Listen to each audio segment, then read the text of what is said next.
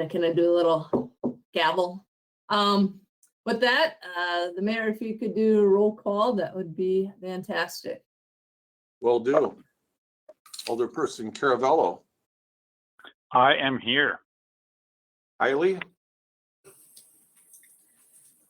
Here. Hirsch. Here. Hunt.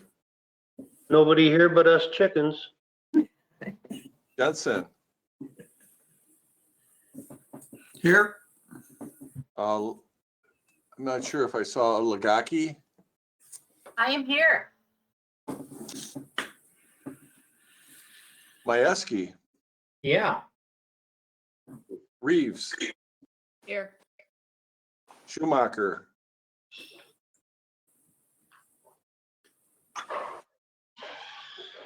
I know Schumacher's on here somewhere. I just saw him. Tukowski. Here. Nagin. Here. Alderperson Doom is absent and excused, and I'm here. So we have 11 alders and myself make up the committee of the whole. President Hirsch, it's all you. Excellent. Thank you. And thank you everybody for joining. And I see that we have a number of guests on the line as well. Thank you for joining us this evening. Our first item on the agenda besides roll call is new business. And that first is the approval of the June 16th, 2021 Committee of the Whole minutes. And this was when we got together to talk about ARPA funding way back when. Man, June seems like a long time ago. So, motion to approve. Second. Is there any edits that we need for these minutes, or is everything looking okay?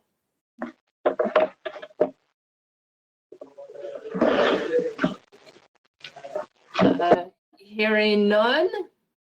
All in favor of approving those minutes, say aye. Aye. Aye. Any nays? Motion carries. Great. Moving on to the second agenda item is the main reason why we have called this meeting today is to talk about the updates and the new data being presented for the Yahar River Park. And we have Mason Lacey here from the Recreation Engineering Planning. He's the design engineer, as well as Dan Glenn. And before we start, anybody that isn't muted, please do so. If you're on the phone, please mute. We're getting a lot of feedback, and we want to be able to hear the video and the discussion among alders. Thank you very much. And Dan, I will pass it off to you at this point. Okay, so I'm Dan Glenn, the Director of Parks and Recreation for the city, and Mason Lacey is on here, who is the design engineer from Recreation Engineering and Planning. And we're tag teaming this presentation. So there's 3 sections to the presentation. The first part is the river park hydraulics. And then the second part is the phasing and the timeline of the project. And the third section is the phase 2 of the budget. Mason's going to cover the first part, which is the hydraulics, which includes a video. And I'll just play the video first, and then there's a slide with the different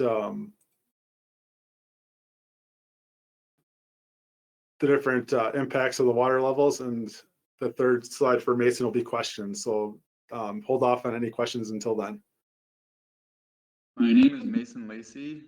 I'm an engineer with Recreation Engineering and Planning. I'm one of the engineers working on the Stoughton River Park project in downtown Stoughton.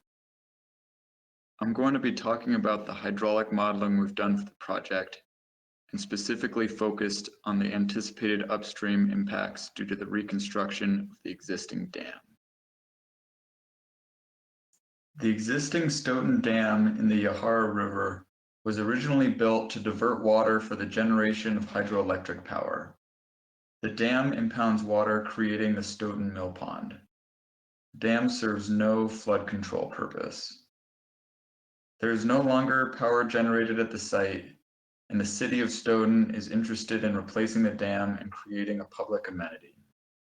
Recreation Engineering and Planning was contracted to develop a design that would eliminate the current public safety hazard at the dam, improve river access, improve fish passage and habitat, and create a recreational amenity close to downtown Stoughton. Before we get into the details of the hydraulics, I'm going to show you a few photos of some of our other dam modification projects to give you an idea what is possible at the site. This is a low head dam in Manchester, Iowa, before construction and after the river park was constructed in downtown Manchester. This is a photo of a low head dam in San Marcos, Texas, the Rio Vista Dam, and after construction of the river park in Natural Rock Rapids. This is a 14-foot tall dam in Pueblo, Colorado, that was converted into rock rapids for fish passage and anglers and enjoyed by surfers and kayakers. This is an extremely dangerous low head dam in Dayton, Ohio, and after construction of multiple channels of rock rapids.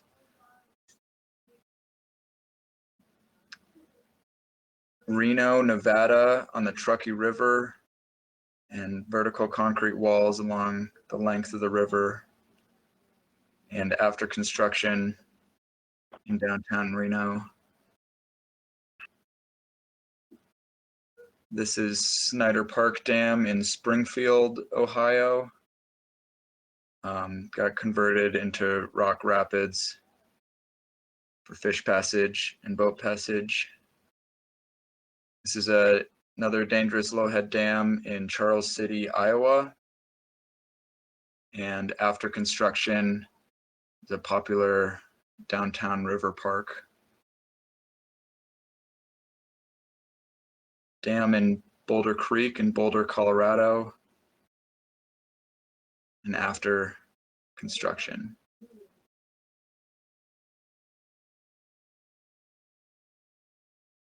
Back to Stoughton, this is a plan view rendering of the preliminary design for the Yahara River Park. The improvements include the modification of the Stoughton Dam into a river park, including river access, trails, and multiple river channels. The proposed channels include a side channel to the existing dam embankment and the main channel, which will flow through the existing dam location. Boulder structures in these areas will provide recreational paddling amenities, hydraulic complexity for habitat diversity, and grade control to avoid mobilizing upstream contaminated sediments. The project will provide a myriad of benefits spanning from riparian ecological improvements to economic revitalization. Our other projects have been successful in bringing more business to downtown areas and making the community more desirable for residents to work, live, and play in the community. One question that has been raised is on the safety of river users passing under 4th Street. The primary hazard here is the potential for a river craft to wrap on one of the existing culvert walls. To avoid this, a divider island is included in the design that splits the flow prior to the culvert entrance, aligning users with one of the culverts.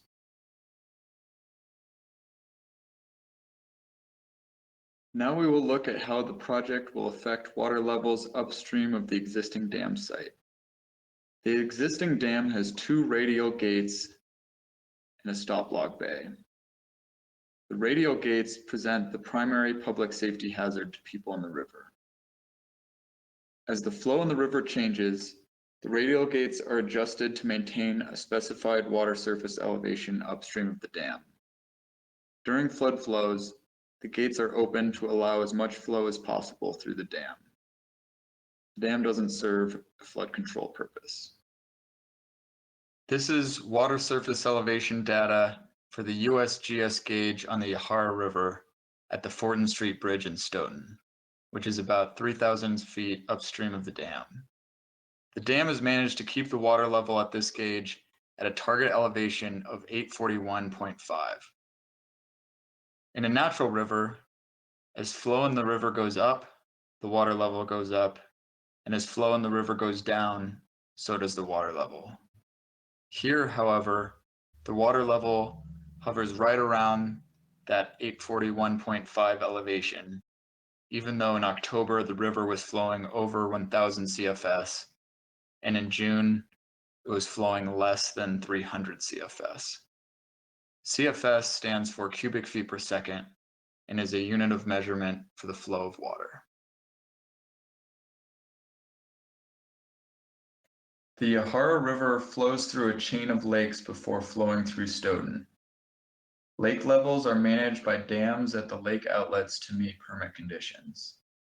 The flow in the Yahara River at Stoughton depends on the upstream lake levels and precipitation in the entire system. This is a monthly average graph for all flows recorded at the gauge, which is about 17 years of data. The mean flow for each month is shown by the solid black line. You can see April has the highest average flow at about 450 CFS, and August has the lowest average flow at about 275 CFS. A box plot of the averages is also shown, with the upper quartile average for April at over 650 CFS and the lower quartile average for August at less than 150 CFS. The average annual flow is 380 CFS.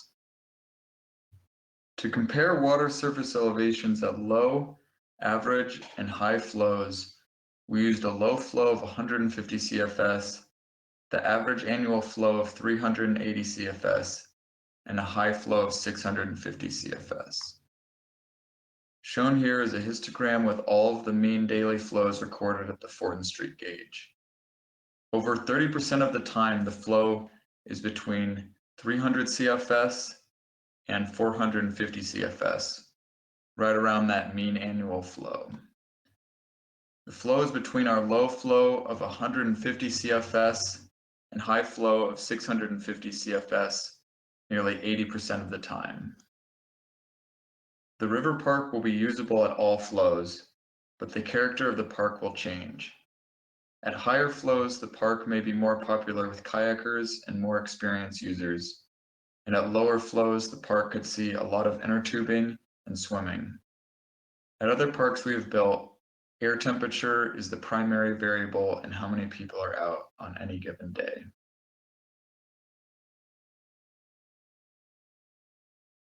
A number of hydraulic models were developed for this analysis, beginning with the existing DNR hydraulic model for this reach of the Yahara River. Both 1D and 2D models were used to represent existing and proposed conditions at a range of flows, from low flows to flood flows. Survey-grade bathymetric data was collected in the project area and added to the model. Bathymetric data is a survey of the ground surface that is underwater, in this case, the riverbed. Here you can see an aerial of the Stoughton Dam and the upstream mill pond. This is what the existing bathymetry in the model looks like, colored by elevation. This is what it looks like with 650 CFS, shaded by depth. In hydraulic modeling, roughness coefficients are used to account for the energy losses associated with the friction applied to the flow by the channel. As you can imagine, Flow through this concrete channel on the left will have a very different roughness coefficient than the overgrown channel on the right. To calibrate roughness coefficients, water surface elevations are collected at various flow rates and compared to model results. In order to calibrate the roughness coefficients in the model, cross-sections and water surface elevations were surveyed at 6 locations from Stoughton upstream to the dam forming Lake Kagansa. Water surface elevations were surveyed at various flow rates throughout the year. Surveys were conducted on November 23rd when the river flow at Fortin Street was 530 CFS, on April 6th when the flow was 300 CFS, and again on June 16th with a flow of 125 CFS. Each point represents a surveyed water surface elevation from the railroad bridge just upstream of Stoughton to immediately downstream of the Lake Kagansa Dam at the 6 locations shown on the previous slide. Interestingly, as we move upstream, the highest elevation water surfaces obtained were for the lowest flow rate of 125 CFS. These points were taken in mid-June, which coincides with peak aquatic plant growth in this reach of the Yahara River. Modeling done by others has shown this aquatic plant growth to have a large effect on roughness coefficients and water levels. Even though the flow in the April survey was more than double the flow in mid-June, the water surface elevations surveyed in June was over 1 foot higher than the April measurement at the most upstream location. To account for this seasonal change in aquatic plant growth, roughness coefficients in one set of models were calibrated to the measurements taken in November and April, and roughness coefficients in another set of models were calibrated to the mid-June measurements.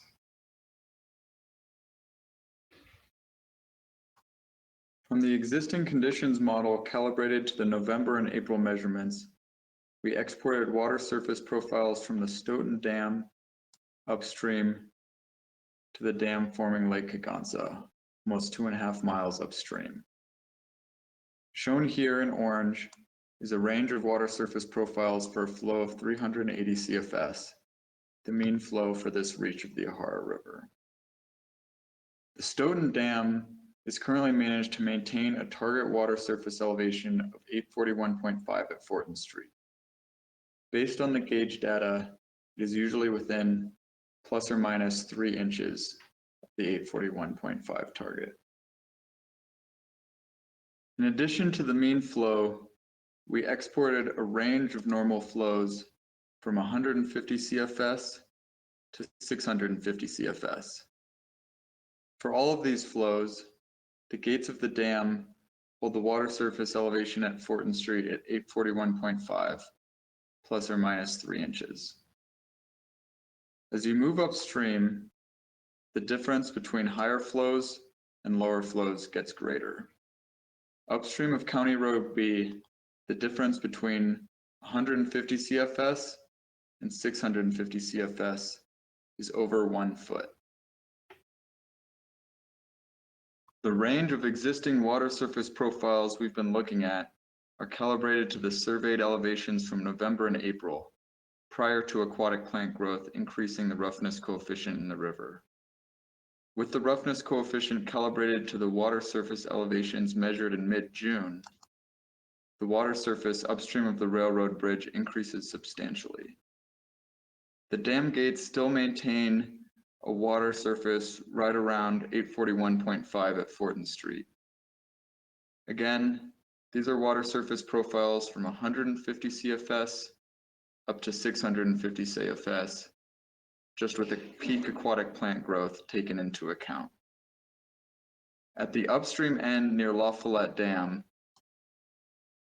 the low flow of 150 CFS with aquatic plant growth is higher than the 650 CFS flow prior to aquatic plant growth, consistent with surveyed water surface elevations.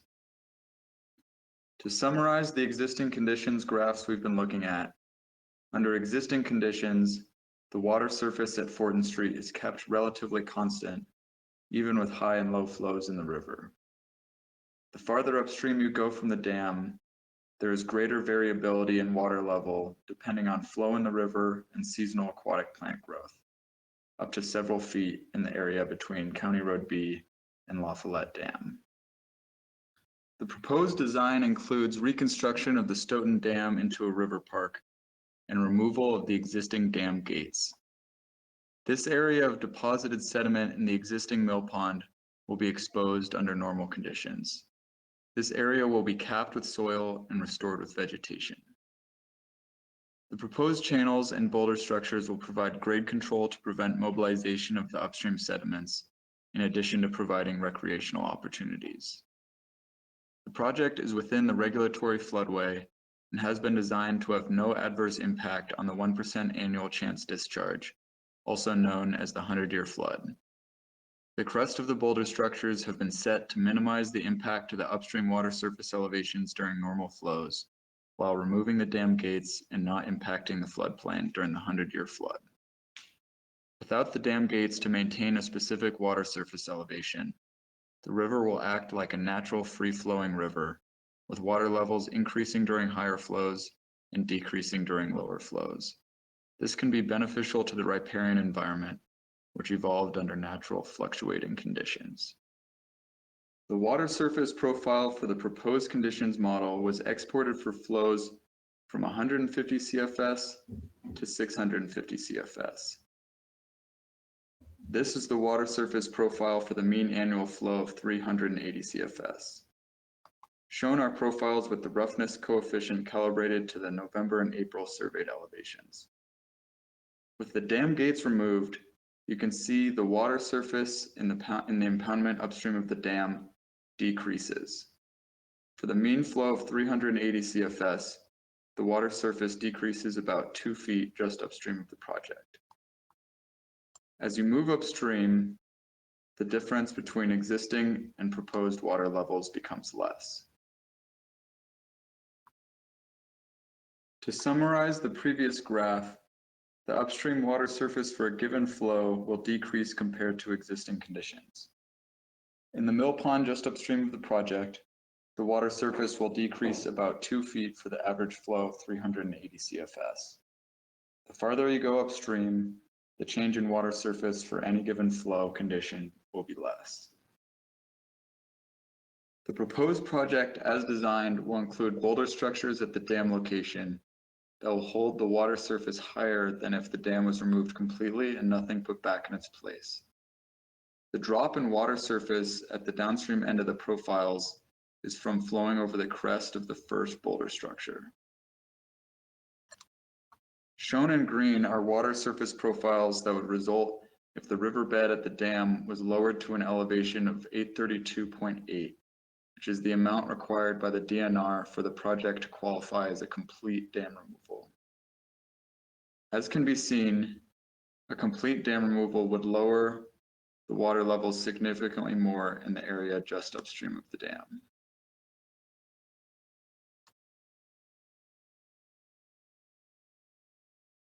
To summarize the previous graph, the boulder structures will hold the water surface upstream higher than if a full dam removal took place. The proposed water levels we've been looking at use the roughness coefficient associated with the November and April measurements prior to substantial aquatic plant growth.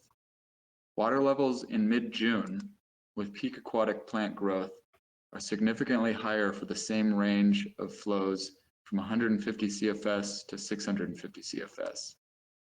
Especially as you move farther upstream of the project, the effect of aquatic plant growth on water levels is greater than the effect of the proposed project. To summarize the previous graph, seasonal aquatic plant growth has a large effect on water levels, especially farther upstream of the project.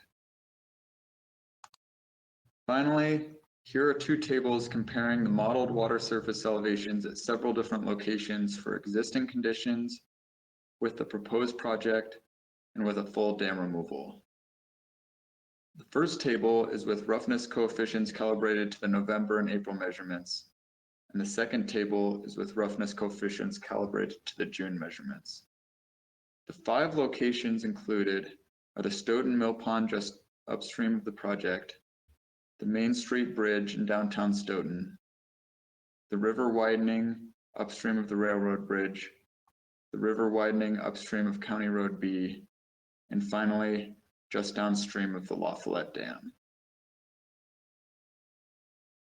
Thanks for following along. It should be noted that the results presented here are based on the most current design as of July 12th, 2021. The project design has undergone several iterations, and there may be more changes as the project goes through permitting and further analysis. This is a truly multi-objective project with a lot of important stakeholders with different perspectives, from upstream landowners to the Wisconsin DNR. We are looking forward to a successful project, one that benefits fish habitat and the river, as well as the residents of Stoughton and the region. Thank you.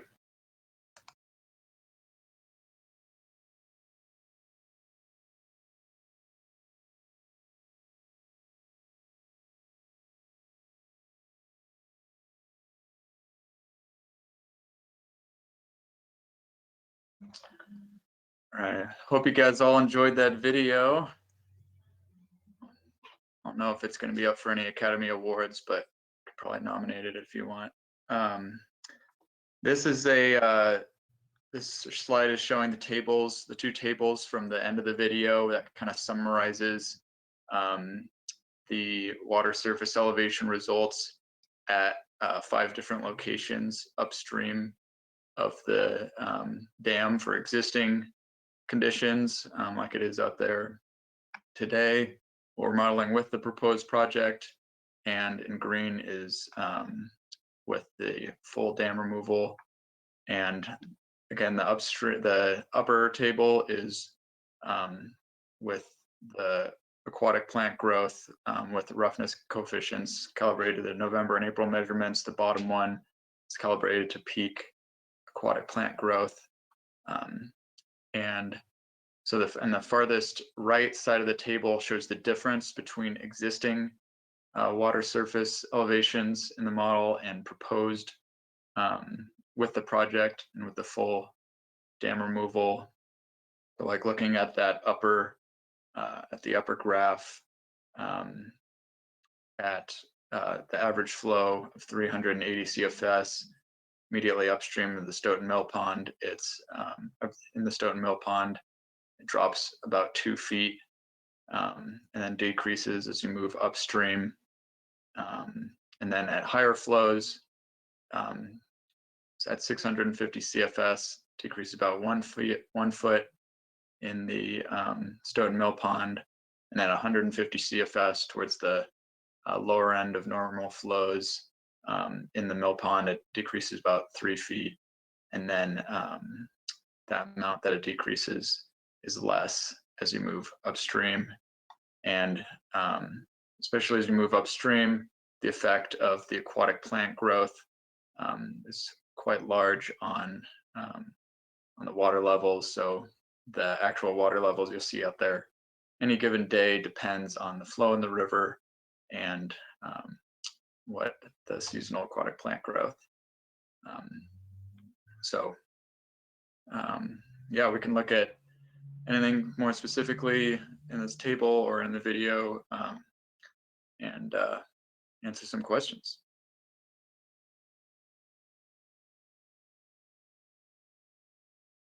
Okay, council members, do you have any questions for Mason at this point?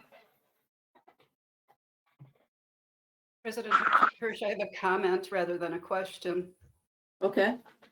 And that is, those 2 tables are very interesting. And I was wondering, since the other slides had a summary, especially for the graphs, if for the sake of busy people, if the impact of the data could be described in a short narrative in the same way, that would be very useful, I think.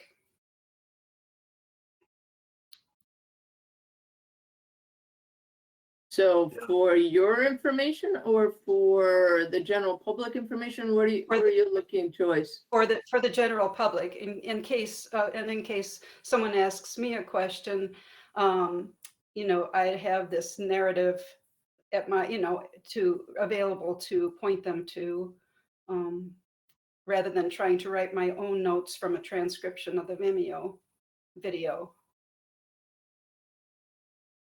Mason, are we be able to provide that? Yeah, that's something we could add to the video just at that, after we present the table at the end, could kind of just give a similar to I just did, just kind of Right. go over what some of those changes Yeah. are. That would be great. And that way we know that it's been reviewed carefully and we have the correct information that we can share. So that would be wonderful. Thanks very much. Great, yes, we can do that.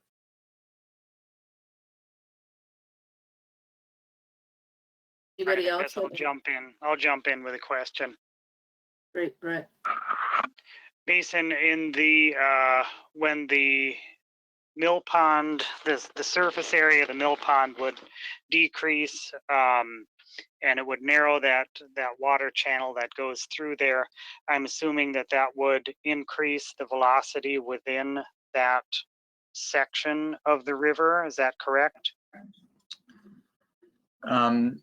It'll still be quite slow since there's, you know, with the boulder structures we're putting in, and I mean, the whole area is pretty flat, but with the boulder structures in there, we'll actually hold some head, hold some impounded water behind there. So we'll be backed up, just, you know, a little bit lower than it is currently. You know, I think, you know, it won't back up quite as far. That backwater won't be up quite as far, so there will be some slight increases in velocities, but pretty minimal. Okay, my follow-up to that was, if that does increase the river velocity at that stage, will that have any effect on the aquatic plant and aquatic plants downstream of that, as in if they can't take root as much and thrive, that there would be fewer of those? Would that change the surface coefficient downstream?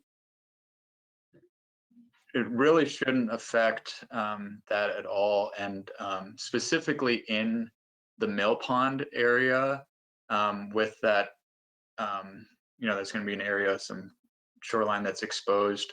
There's going to be a remediation, capping, and restoration that's going to include riparian plantings, and obviously all of that is going to be designed for the hydraulic conditions, and you know, obviously all native riparian plants. So as far as that shoreline there, there'll be, you know, there'll be a whole planting plan with the project. And then, okay, if everyone is going to entertain me going further with it, the embankment where the river is going to, so I guess that the outer side of that, not toward the Uniroyal building, but on the opposite shore of that, which I'm assuming is the sedimentation area out there. Would that need to have like occasional dredging or maintenance or something like that to take some of that sedimentation away? Not sure if I fully understand it, but there's the Uniroyal side, which is, if you're looking downstream, the river left side is kind of the area that's got the most sediment deposited currently. Jason, can I interrupt? Can you put that on the video? I think Brett, what you're saying, let's just show that, because that, so everybody can follow. Where you're looking at surface elevation of that. Dan, are you able to get that up, or if you have a slide on that so people understand? Because I know, Brett, Mason, what you're saying, and Brett, your question is important, and I just want to make sure that everybody online is able to visualize what you're talking about. Thank you. Sure. And what I was referring to was, would, if that would continue in that bend in the river, if that would continue to sediment within there, even after the land or the underwater portion becomes exposed, would any additional, would you have to do any dredging, or would the velocity of the water be enough that that would continue to move that downstream? Yeah, no, that's a great question. And what we've seen on other projects, and I think what you can see currently is you have this existing impoundment where you have those slow velocities and sediment can drop out of the water. Suspended sediment can settle, and that's where you get that deposition that's on that the side by Uniroyal, where it's shallower currently. But even under existing conditions with you've got this deeper channel along River Right, like on the outside of the bend, is you don't see that deposition currently. And I think with the proposed project, will be quite similar to how that is currently, where you have enough velocity there that that fine sediment that's in suspension doesn't drop out. So don't see any need for, we don't expect any more deposition in that area than there is currently. Currently there's not, and it'll be somewhat similar. So don't expect any dredging to be necessary. Okay, because I guess it could go either way. You could either get deposition if the rates fall enough, or if we're during the April rainy period or something like that, that there could actually be some erosion on some of the exposed sediment up there. Yeah, I well, suppose either could be true.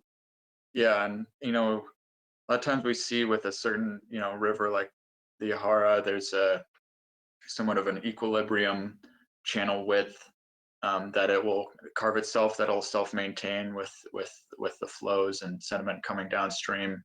And then you have something unnatural like the dam, provides here, it makes it the channel wider and slower velocities, and so that's where it's out of equilibrium. You see that deposition in that area that Dan has drawn here. And then, but that channel size that would be more equilibrium is, the river still maintains that along that outside of that bend. And once with the project, the river will be kind of at that equilibrium width through there. So more like a natural river. And, obviously the exposed banks will be planted with vegetation, and so erosion resistant, but it'll be more like a similar river where, if you have a big flood, there may be some erosion and some kind of dynamic changes over time, but as is natural in a river. Right, and I would imagine that after building if you build the whitewater area in there, that equilibrium you're talking about would probably be over a 10-20 year period. I would assume it's not like it's gonna get back to its happy place within like a year or so.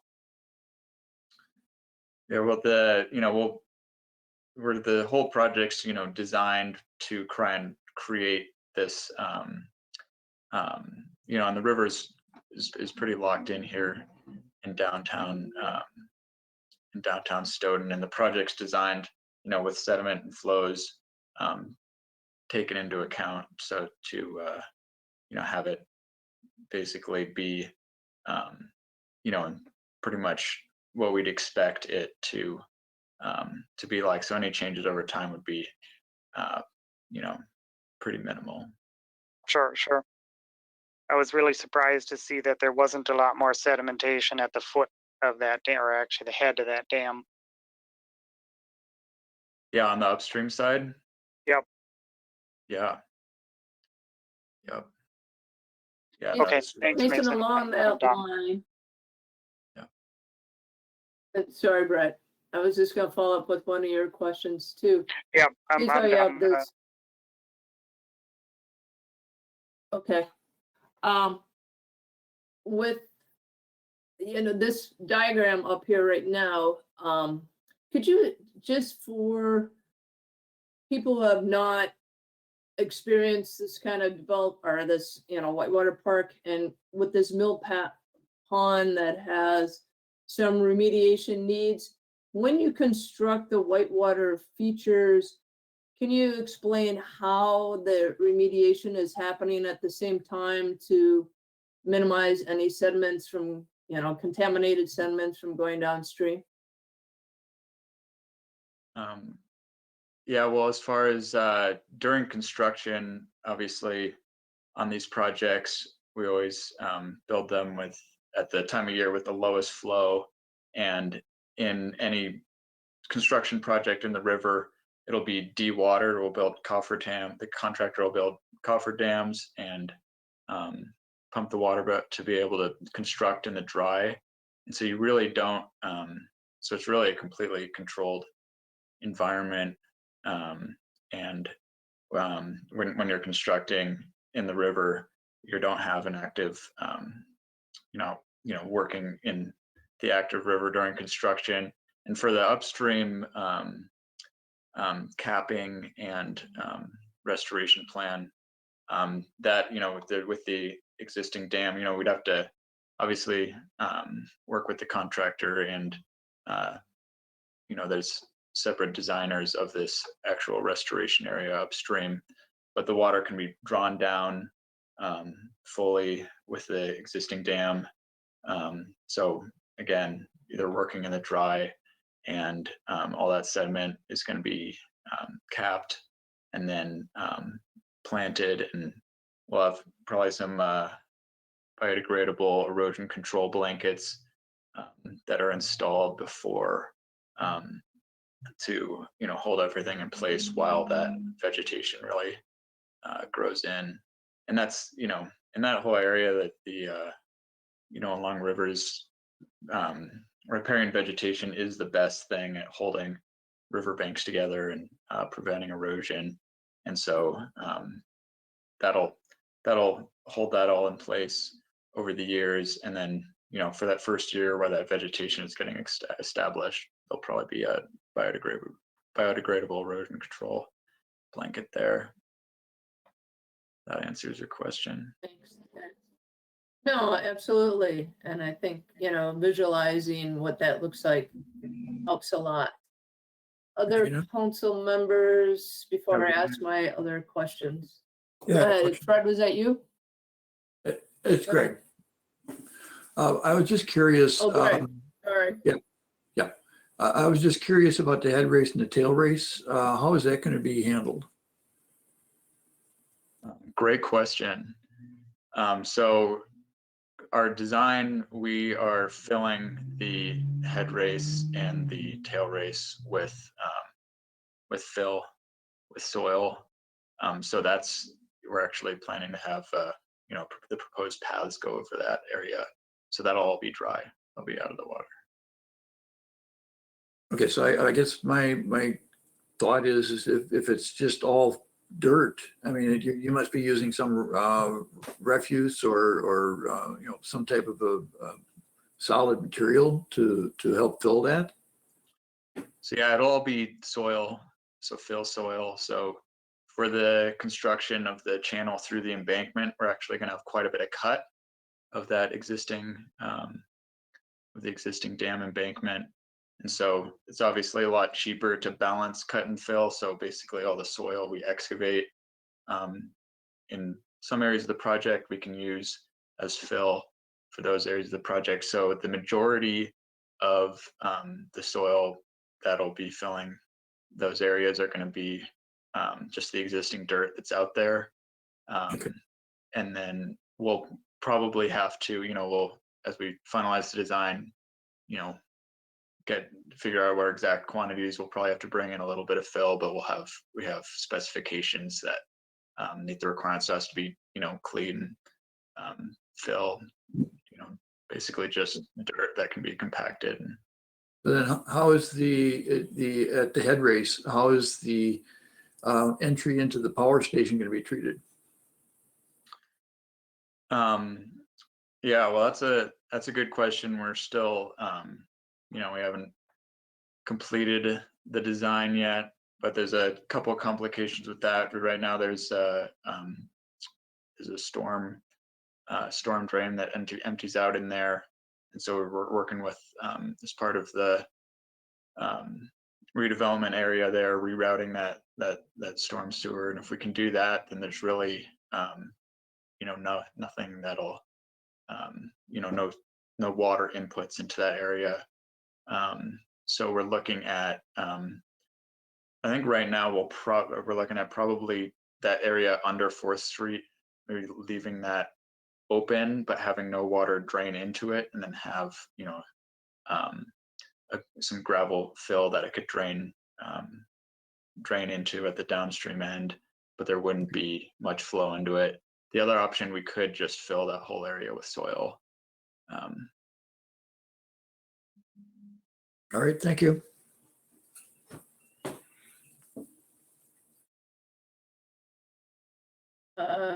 Anybody else?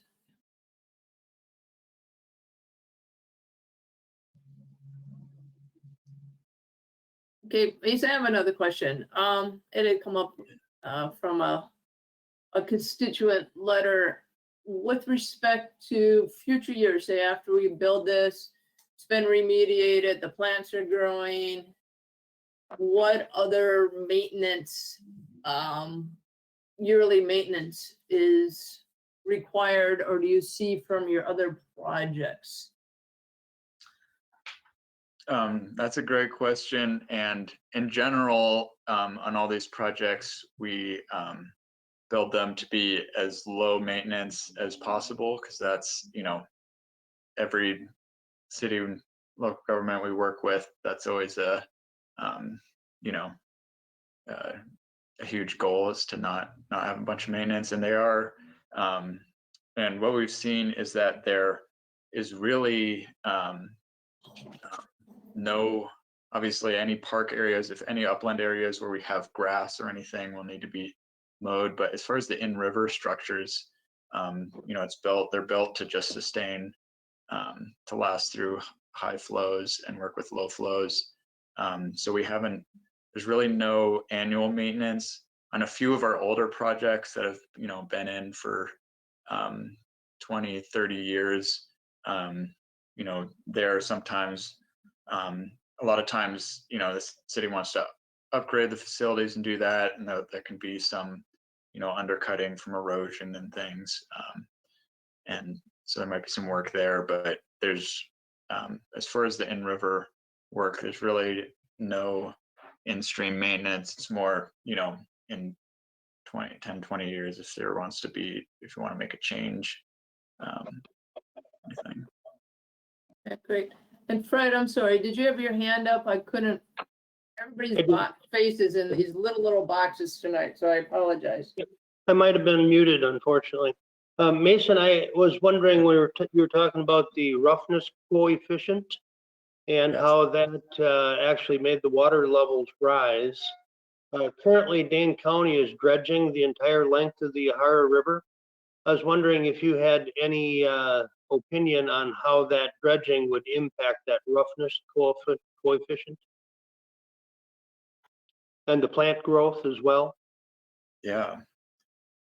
Yeah, no, that's a great question. And, it's hard to know exactly how it will affect things. I think in general, obviously with the dredging, I think that'll help for navigability if that where they're dredging, there'll be a little bit deeper, for people floating crafts up there. It's, I imagine that there's going to be there's so much aquatic plant growth that does happen. That I imagine that it will, maybe initially after that dredging project, there might be a little less than we've seen in recent years. And then, they'll start growing back. But it would be a good, we've been in touch with John Reimer a bit about this project, who's at Dane County working on that project, and it would, that'd definitely be a better question for him. So. Okay. I think we also asked the Strand Corporation to do some hydrology studies. Have you gotten any information from them? Yeah, they were the ones. So we had those 6 locations upstream where we measured the water surface elevations and cross sections. And so they were hired to actually go out and do those surveys. That I think Dan just brought up that plot. Oh, it was so this graph has those surveyed water surfaces. So that was all data that was collected by Strand. Okay. On your very last graph, which had, I think, the measurements in the blue and lighter colored columns, if you could go to that, on the farthest right blue column, it says that at County Trunk B, the water level would drop 2.1 feet at the lowest flow rate. And I was wondering if you had any idea how deep the water levels were in the Yahara at County Trunk B. And in conjunction with that, what's described as the widening north of County B, it would drop 1.5 feet. How deep is the water in that widening area? That's pretty shallow, is it not? Yeah, I'd have to pull up the model in that location, that exact location. But yeah, you're looking at on the top graph at 150 CFS with proposed project widening north of County Road B. We go from a water surface elevation of 841.6 down to 840.0. And so, it's only 150 CFS. So that's, definitely on the lowest range of the normal flows. I mean, I think this summer it's been pretty low flows all summer. Right. So I guess if it's running 150 CFS right now, I'm not sure exactly how deep it is in that exact Sure. location, but it would drop. You said that the dam is not used in flood control, but it is used to control the water level. That is, if the water level gets up, you open the gates all the way. And that this year and in past years, we've kept it at about the 841 level.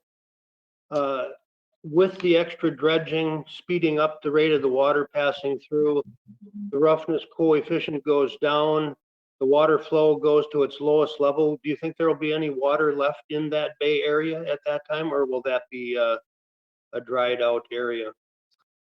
Yeah, well, so you got a number of questions there. I guess first, when we say that the dam doesn't serve a flood control purpose at high flows, when we get flood flows, we open the gates, and it's basically just trying to not be an obstruction to flood flow. So it provides no floodplain benefit basically to have it. If you had it out, it would be better. It does help. It helps with water retention, however. Would that be true?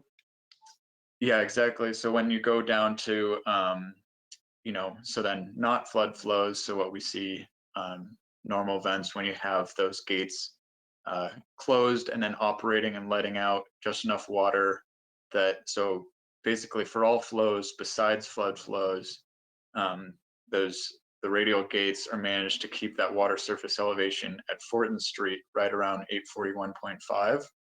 And so would we lose that capability if we did the dam modification as proposed? Yes. So under existing conditions at Fortin Street, it's right around 841.5 for normal flows. And then at Fortin Street, in town, we won't have that adjustable ability. So at lower flows, the water surface will be lower, and at higher flows, it'll be higher, kind of out as we've outlined in this video. And then as you move upstream, like you're asking about that bay area, ways upstream, there'll be the effect of the existing dam is less the farther you move upstream, and there is more existing variability, and there will be these changes as outlined with the proposed project, but there's still going to be the same amount of water coming down as there would be with or without the dam. And so it's, it's not going to dry up or anything. There'll be a little bit less, the dam won't be holding. In a year like this year, where we were at as low as 100 cubic feet per second, or if we hadn't had the dam available to hold water back, we'd have probably had a very small river and probably would have had the water levels drop significantly. Is that not correct? Yeah, so like in that widening north of County Road B, at 150 CFS, that's the water level would be about 1.5 feet lower than it was this year. And we're not certain how deep that water is at the moment, but it could be as little as about 1.5 feet. That's a very shallow bay. Yeah, I can look up exactly what we have in the models, the depth, but it would definitely be higher than that. It's still 150 CFS flowing there, so there'll always be obviously some depth, and it depends what that exact cross section will look like. And I think, with the dredging as well, that's going to be, you're going to have a more defined channel where they dredge, and at these super low flows like you're seeing now down at 150, 100 CFS, that water would be in there. So, in that main channel at those lowest flows, I think you'd always have, So pretty much you'd be able to contain the entire flow in that newly dredged channel, and the rest of the bay would probably be exposed. Yeah, again, it depends on what they're, I haven't seen the plans for the dredging and whatnot. And so, but at the very lowest flows, that would, that would probably be the case. And though even with the dam, as you move farther upstream at these low flows, especially after the dredging, I think would be, pretty similar. Mhm. Mason, one along last those, thing. go I'm ahead, sorry. Fred. I I was just just wanted following up on that question that you had about the dam flowage. I mean, just to make clear, yes, you could control the depth with the, with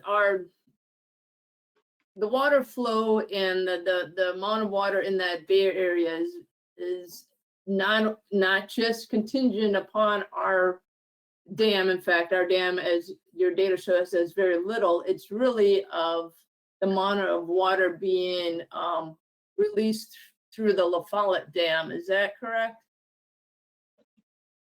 Yeah.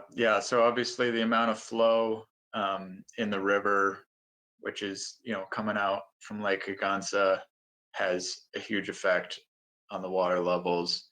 And I think that's one of the goals as well with the dredging project, is to be able to push more water out and hopefully seeing less of these extreme low flows. So as you have higher flows in the river, we were working on this project in 2019 when it was over 1,000 CFS, basically for a good chunk of the summer.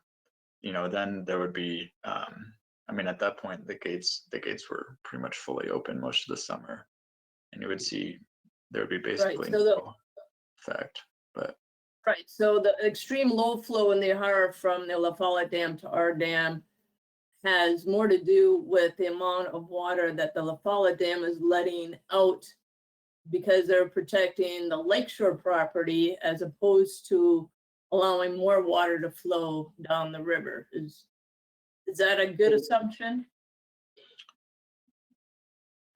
I mean, that's political, but they actually hold back more water upstream for the lakes to keep at a constant level.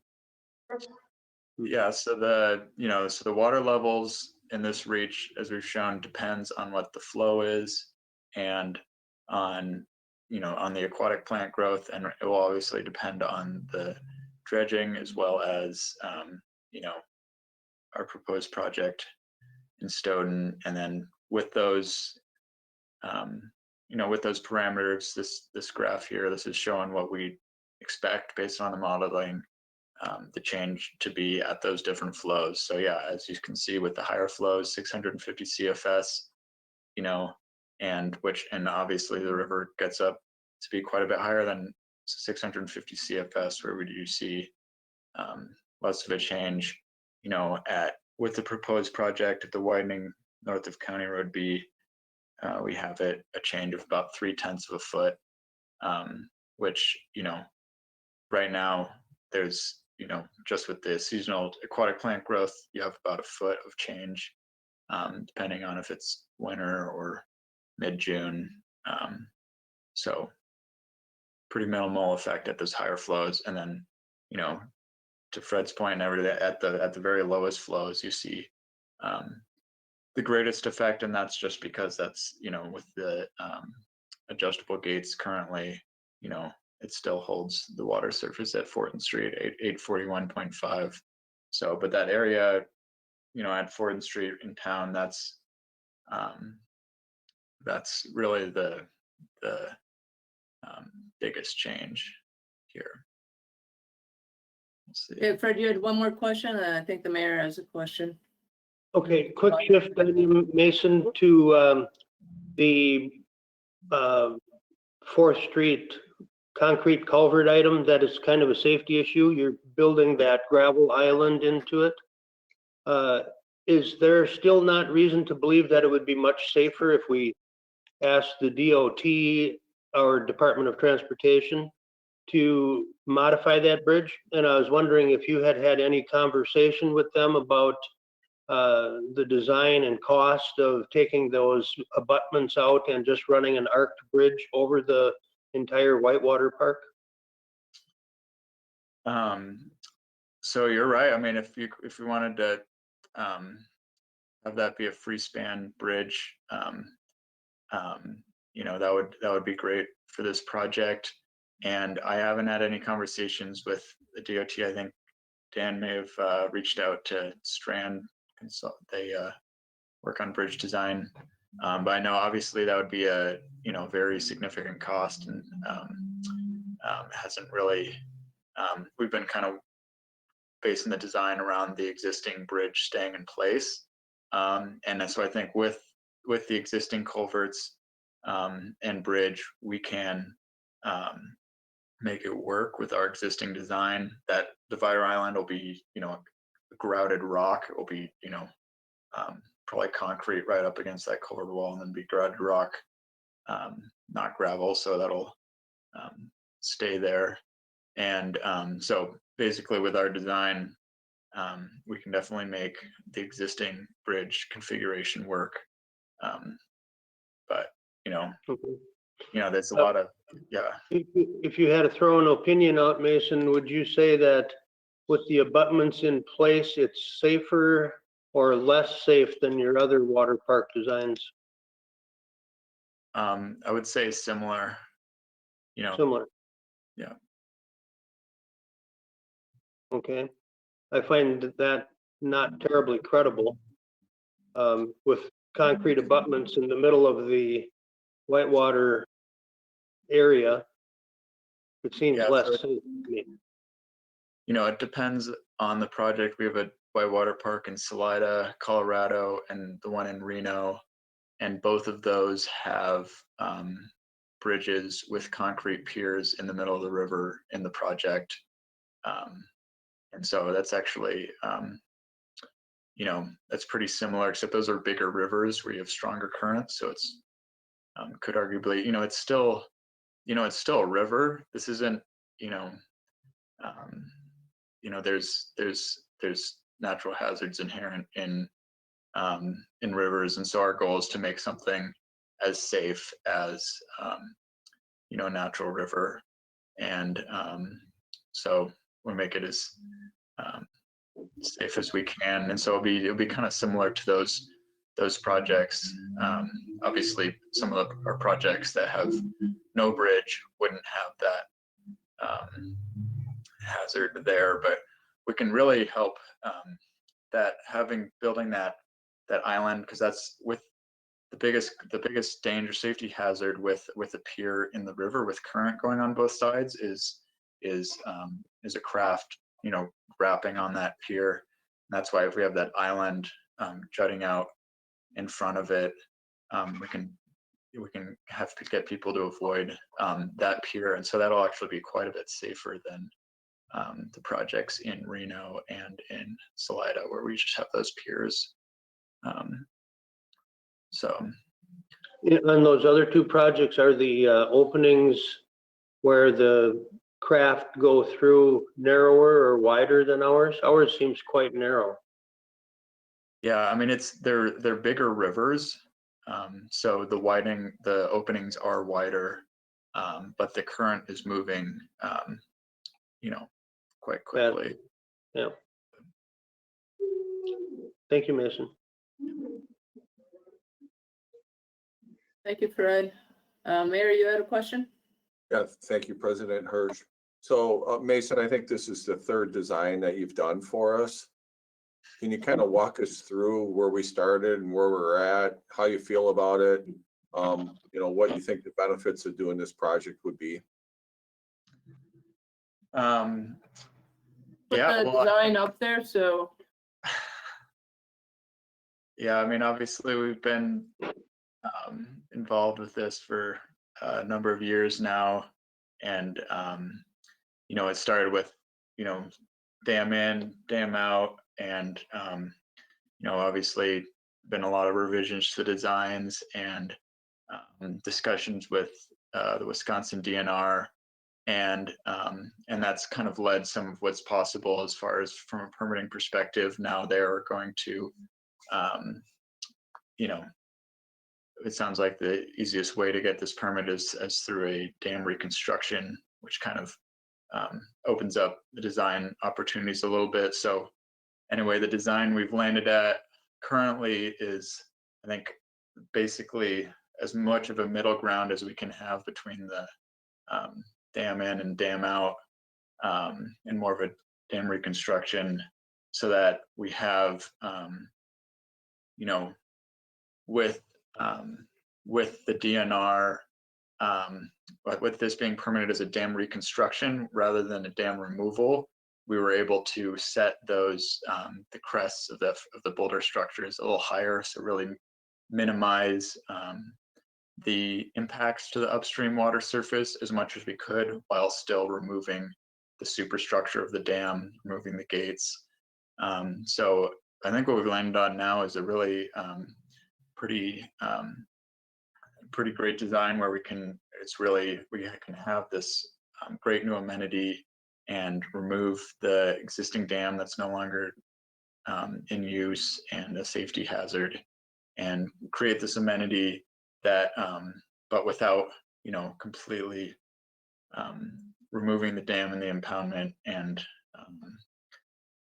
so we can maintain some head, get some recreational features out of it, you know, don't affect the upstream as much, and have a great project. So overall, I think we've really landed on a pretty good design that a lot of people will be happy with when it's all said and done. You know, not anyone special interest or group, you know, is probably gets exactly 100% of what they want, but seems to check a lot of the boxes, and we've definitely looked at this all pretty closely now at this point. So yeah, and from my perspective, you know, receiving the feedback from the folks upstream really helped us land here. I mean, one of the concerns they had was the water levels. With this design, as you demonstrated, it does minimize the impact of the water levels.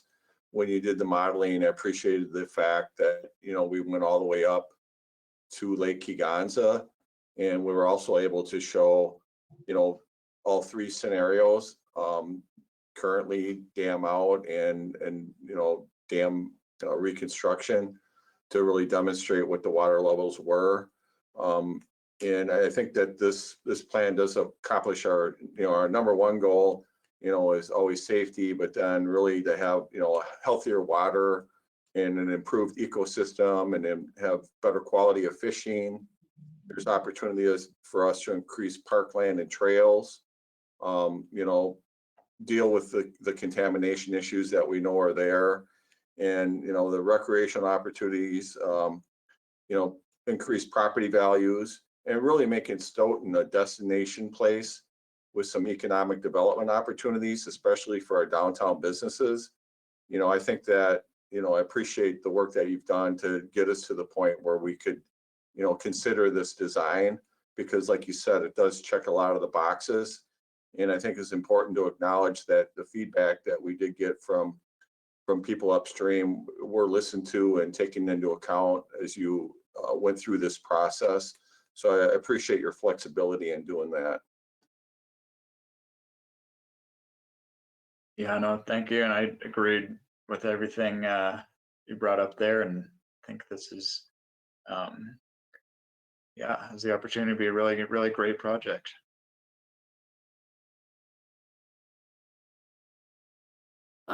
Does anybody else have any other questions before we move on? I can't really see anybody, and I had to turn off my camera because my internet connection is spotty tonight. So seeing none that I can see in your 42 little boxes. I don't see, oh, anybody else's hand up? Is that Phil? You got a hand up? Go for it. You're muted, Phil. Nope, Think can't you're hear you, Phil.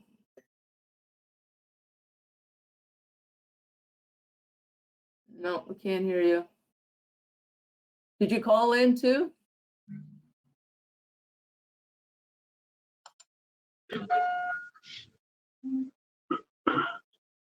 Oh, Phil, we can't hear you. We can't lip read either. While Phil is figuring it out, maybe you need to call back in. Does anybody else have any questions? I'd have Phil, one please yet, call back in. Regina, if I could. Sure, friend. I know the DNR is concerned with the fish traffic and the naturalness of the river. If we added water volume to the water park by taking the dam out, but filling in that aperture, that opening with some sort of a, rip-rap kind of wall or something, and forcing all the water into the water park, I know we would lose the surf wave, but we would gain volume and velocity in the whitewater park. Would the DNR still approve that for the fish traffic, and would they view it as a dam, or what's your thoughts on that? Well, I would say we've talked quite a bit with the DNR on all the elements of this project, and at this point, we can't say, I can't say what they'll do. We'll have to submit permit applications for this, but we've gone back and forth with them on the design quite a bit on a bunch of different elements, and this is what we've ended up with, is this current design. And I think we've reached a pretty good spot with them, and I think what we're proposing here, I think it'll work well. So and again, I think we've gone around a number of times on the design of this project, and with a whole bunch taking into account lots of good feedback from a ton of stakeholders, and this is what we've come up with. So yeah, I think what we've got Mason, does the side channel allow for fish ladders and fish movement up and down the river? Yeah, so we have, here, let's see. I So think the that was Fred's question, is the ability for fishing up and down. Yeah, in. yeah, so that's one of the, obviously main objectives of this project is to have it function, this reach function more like a natural river. And so there'll be fish passage upstream and downstream through the whole project, whereas currently, there's the existing dam, it's a fish passage barrier. And so that's, one of the things, why would get this permitted through the DNR is this is going to be a big net benefit for the river. So there'll be fish passage, but there'll also be increased fish habitat in the pools in between each drop are always great. A lot of good cover. Fish love to hang out in those pools. A lot of times it can be, might end up being some of the best fishing on the river, be in the park. That's happened on a number of our projects. So yeah, I think the fish will like it a lot more than they do the current dam. That's for sure. And Phil, are you able to talk now? I'm not sure. You tell me. Oh, Yeah. yes, yay. Okay, good deal. Since I was out of the loop there for a little bit, I'm guessing that since you were just talking about fish and that would relate to water quality, and I know there have been folks that have asked questions about, the quality of the water down there, and especially if you go down there now and look at what we have, you could, basically I've heard it just described as gross, because of the stagnant and standing water that is just sitting there. But if with the proposed project and it being more attractive to certain people during different flow scenarios, lower flow, more tubing and more swimming, higher flow, more kayakers to more advanced kayakers, and that being at the whim of what's coming out of the sky and what is coming through La Follette Dam. And since we were just talking about the fish will like it and be happier, this may potentially be a little bit of a crystal ball question, is under a lower flow scenario where it would be more attractive to tubers and or someone tubing or swimming, would that water be attractive to them at this point, or at that point with this project in? Do you think, Mason? What do you think about that? Yeah, well, as far as water quality goes, there's the dam, there's the impoundment, some stagnant water, and then with the proposed project there'll be a little bit less stagnant water, but overall water quality is based on more the overall river and what's coming in from upstream. So there probably won't be a huge change in the water quality, but I think there can be a slight improvement by having less stagnant water upstream. And then with the the flow in the river, like whether it's the low flows or the high flows, obviously this project won't affect whether there's high flows or low flows. It's going to be the same amount of water coming down to it. And as far as it being an attractive, still an attractive place, I know a lot of people go swimming in the lakes upstream in the Yahara River. I've been in a pontoon boat by Madison, swimming in that lake, and people seem to have no issues with it. And I will say that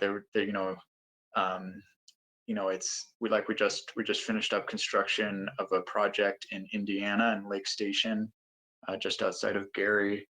And that was, the water quality there is, you know, not good, not great. And so that was one of the things I was commenting on, was like, oh, that's too bad. And they're like, oh, it's way better than it used to be. It's great. And they have, so I think, especially when you're, you know, tubing and things like that, there's, you know, you're not just like you would now. You probably wouldn't drink the water, but for floating down and you know, sitting by the river and waiting, and it's plenty good water quality and better than some of our other projects, like the one just finished up in Indiana. So Well, and it's, you know, because Mason, you're not a water quality specialist, or, I mean, I think some questions are probably beyond, you know, your comfort level, but we did, you know, Dan did invite some water quality specialists to our hearing committee, and just like you said, with the faster flowing water through it, and also going, and as Brett can probably chime in too, as soon as you start turning water and it gets more aerated, you know, things break down and the water quality actually increases. So, and Brett, I mean, you're more of the chemistry toxicologist, if you want to chime in with water quality and faster flow and going over rocks and stuff, feel free. Yeah, anytime you increase oxygenation into the water, you're going to get better breakdown of any of your serious contaminants that might be in there, and or any biomaterial that might have fallen in there as well. You'll get just a faster breakdown of that. And that if you have a greater velocity in the water, then of course that carries that further downstream. Still not going to affect anything like elemental contamination. I mean, that's as broken down as it's going to be. And hopefully that's not coming downstream anymore. Any more questions for Mason? All right, let's move on to the agenda with the phasing and timeline update. Dan, I think, go for it. And Mason, thank you so much for answering all those questions. And of course, thanks, did a great everybody. job building a lot. Thanks all. So there's really 3 different phases to the overall project, and there's the RDA riverfront area, the river park area that we've been talking about, and what we'll be talking about in the next couple slides, and then the Man Park riverfront. So this is just overall exhibit of the areas for it to be improved. And you can see we're going to be talking about the river park area, which is in blue, I believe. I'm colorblind. So you can see that the next step really for the river park is to really do the final design part of it. We completed the preliminary design. We applied this past May for the land water conservation grant through the DNR. We should know about the results about that in the next 5 to 6 weeks roughly. And the final design and permitting stage should take about 6 to 12 months. And really the scheduling for that, the project will be bid late next year with construction in 2023. What you'll see in here is that also included into this is an environmental assessment, and that would be required most likely if we receive the land water conservation grant. And that is to be compliant with NEPA, which is the National Environmental Protection Act. And that would go through, you know, a 9-month process and public hearing, and would really examine what the project would do to the river. And this wouldn't be necessary if we wouldn't receive the grant, because DNR staff believes that this would be, you know, like we've been talking about, be beneficial to the river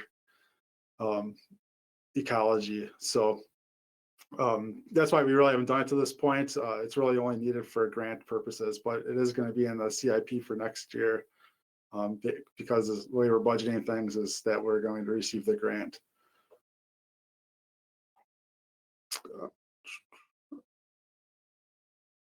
So this is the budget for phase 2, and things are color coordinated to, so you can see what items are eligible for the different grants, and you can see that the environmental assessment would be a part of that 2021 DNR recreational grant program, which would be a Land Water Conservation Fund grant.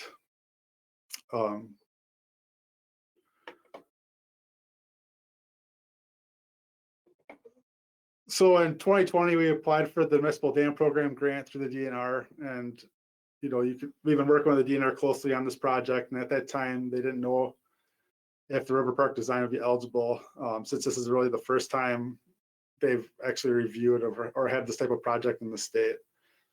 So it was determined afterwards, after the grant was actually applied for, that the design was not eligible due to creating that head, and they determined that the project, they would be permitted as a dam reconstruction. And we have the option of moving forward with the full dam removal and keeping that grant funding, or moving forward with the river park design. The DNR is asking us really to make a decision on how we want to move forward, and if we do move forward with the river park design, to rescind the grant application for that municipal dam program grant, so that the funding can be applied to a different project. And that's how the resolution's written for the city council meeting.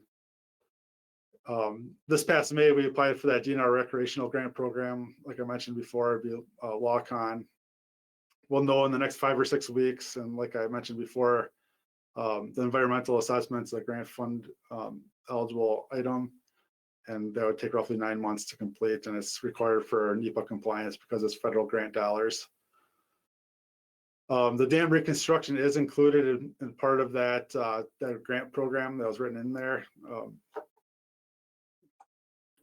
Then next year, the DNR has a municipal flood control grant. That project is eligible for the grant program because we're lowering the waterway, which creates additional flood storage. So that 2 feet of water surface elevation that we're losing during the average flow times, we're creating flood storage because of that. So that's why the project's eligible, and it's really the eligible cost for the river and the mill pond restoration. Whoops. So as far as costs go, there's 3 really major costs to this phase of the project. There's the river park, which is the paddling features, and the dam reconstruction. The cost for those items is that $2,005,193. Then the cost to the city with the grant, if we receive the grant, would be that $1.1 million figure. The trails underpass at 4th Street, and then there's a pedestrian plazas at the head race and tail race areas. That's a cost of $1.9 million. The cost of the city would be that $1,089,765 figure if we're successful with the grant application. And then the mill pond restoration and remediation, the cost for that is $450,000, and then it would be split between the DNR and the city. So I covered that pretty quick because we're running late, but if you have any questions, I can take them. So Dan, what we need, I guess, is because this is a committee of the whole, we need people to look at the resolution. I don't know if you can put that up there. To recommend it to the full council. But if you want to put that up there, but also, let's entertain any questions regarding the budget and the whole phasing part of it. If people have questions. I can't see anybody's hands. I have a question, Gina. For Sure. Dan. Okay, Fred. Without grants, the cost of the phases you just listed would be about $4.5 million. Is that what I see there?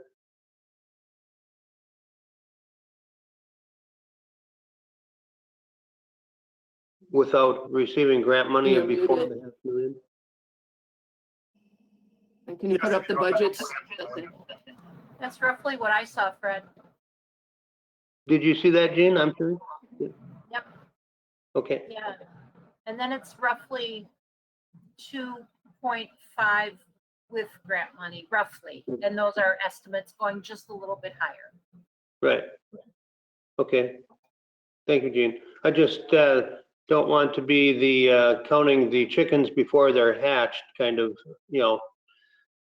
The last grant did get rejected, so I'm not certain as certain as some folks that we will get those grants. So 4.5 million would be the cost without grant.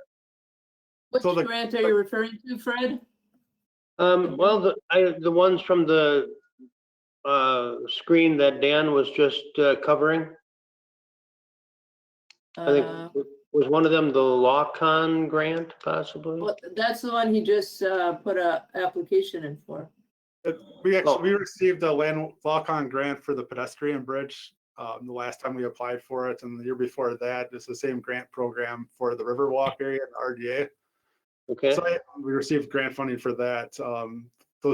Those times when we applied for that grant program, we were ranked number 1 or number 2 in the state, and the Okay. grant program doesn't change much each year. So we have a very good shot at getting the grant funding. And the grant, I think you're referring to, Fred, last year, Dan sought a build grant from the Department of Transportation at the federal level, which was a long shot, but he thought that we should just apply, and that's the one that I think you're referring that we didn't get, but they didn't, you know, our project really didn't match what they were going to fund. So that was a long shot. And Dan, do you have any other grants in the works? I think there was an ARPA grant that you were looking at. Yeah, there's an ARPA grant for tourism, and it's possible that there's $210 million available throughout the country for it. And it's awarded on a rolling basis, so the earlier we get the application in, the better. So I have a conference call tomorrow with Gary Becker about the grant application. well, that's good. And that would phase 2, that fund both phase 2 and phase 3, correct? Yeah, the riverfront improvements for Man Park, that would also be included into that grant application. And you applied for other grants to cover those phases also? We just haven't got to the point of applying for that phase yet, because it's really, we've been focusing on doing the phase 1 stuff, which is the RDA site. Now we're finally moving forward with the state grants and moving towards the phase 2 items. That makes sense. Mm-hmm. Thank you. Any other questions?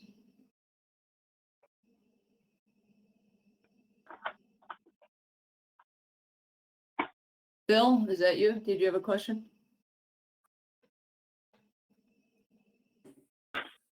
No.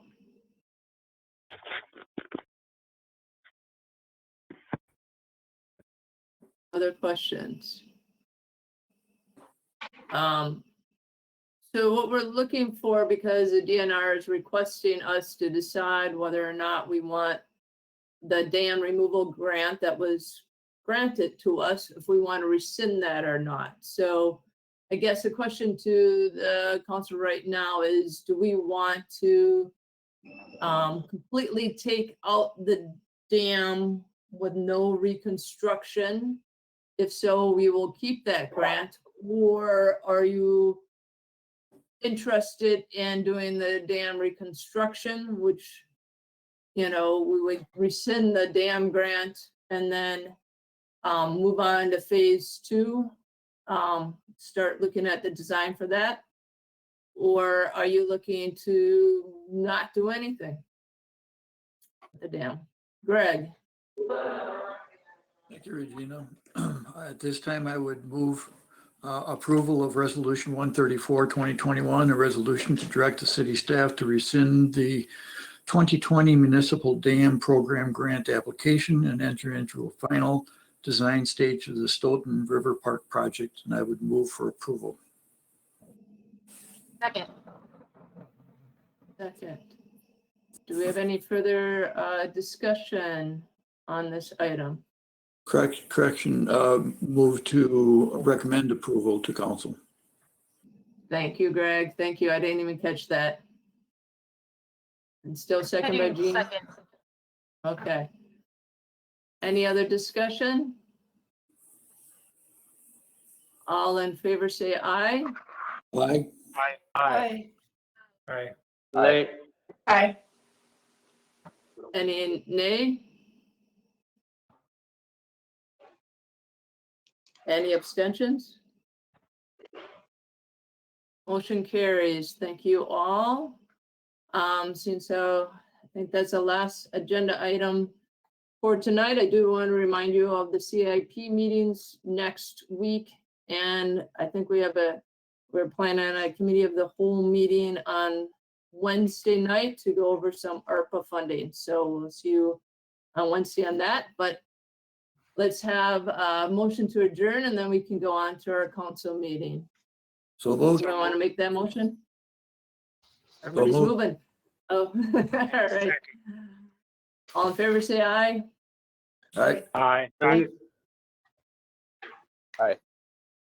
The second, Aye. all in favor, say aye. Aye. All right, so I think we're going to move out right on to council, but I think because we've been on for an hour and a half, can we have a 3-minute break as people transition? Is that possible? Yeah, we'll take People a have few been minute sitting for a break. long time. They might need to. We'll take a few minutes and then we'll start all over again. Okay. Excellent, thank you.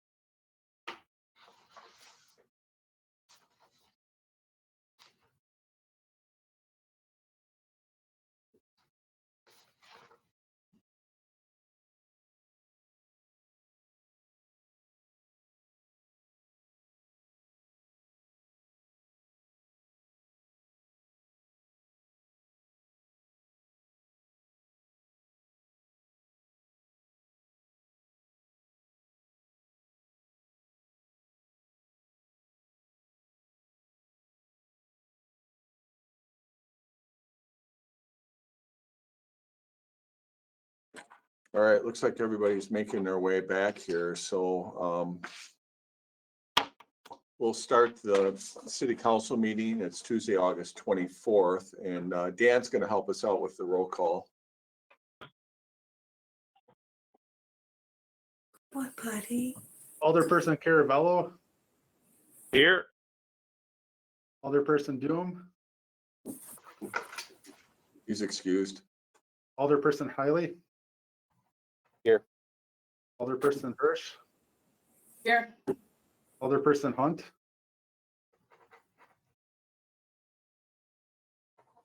I see Fred.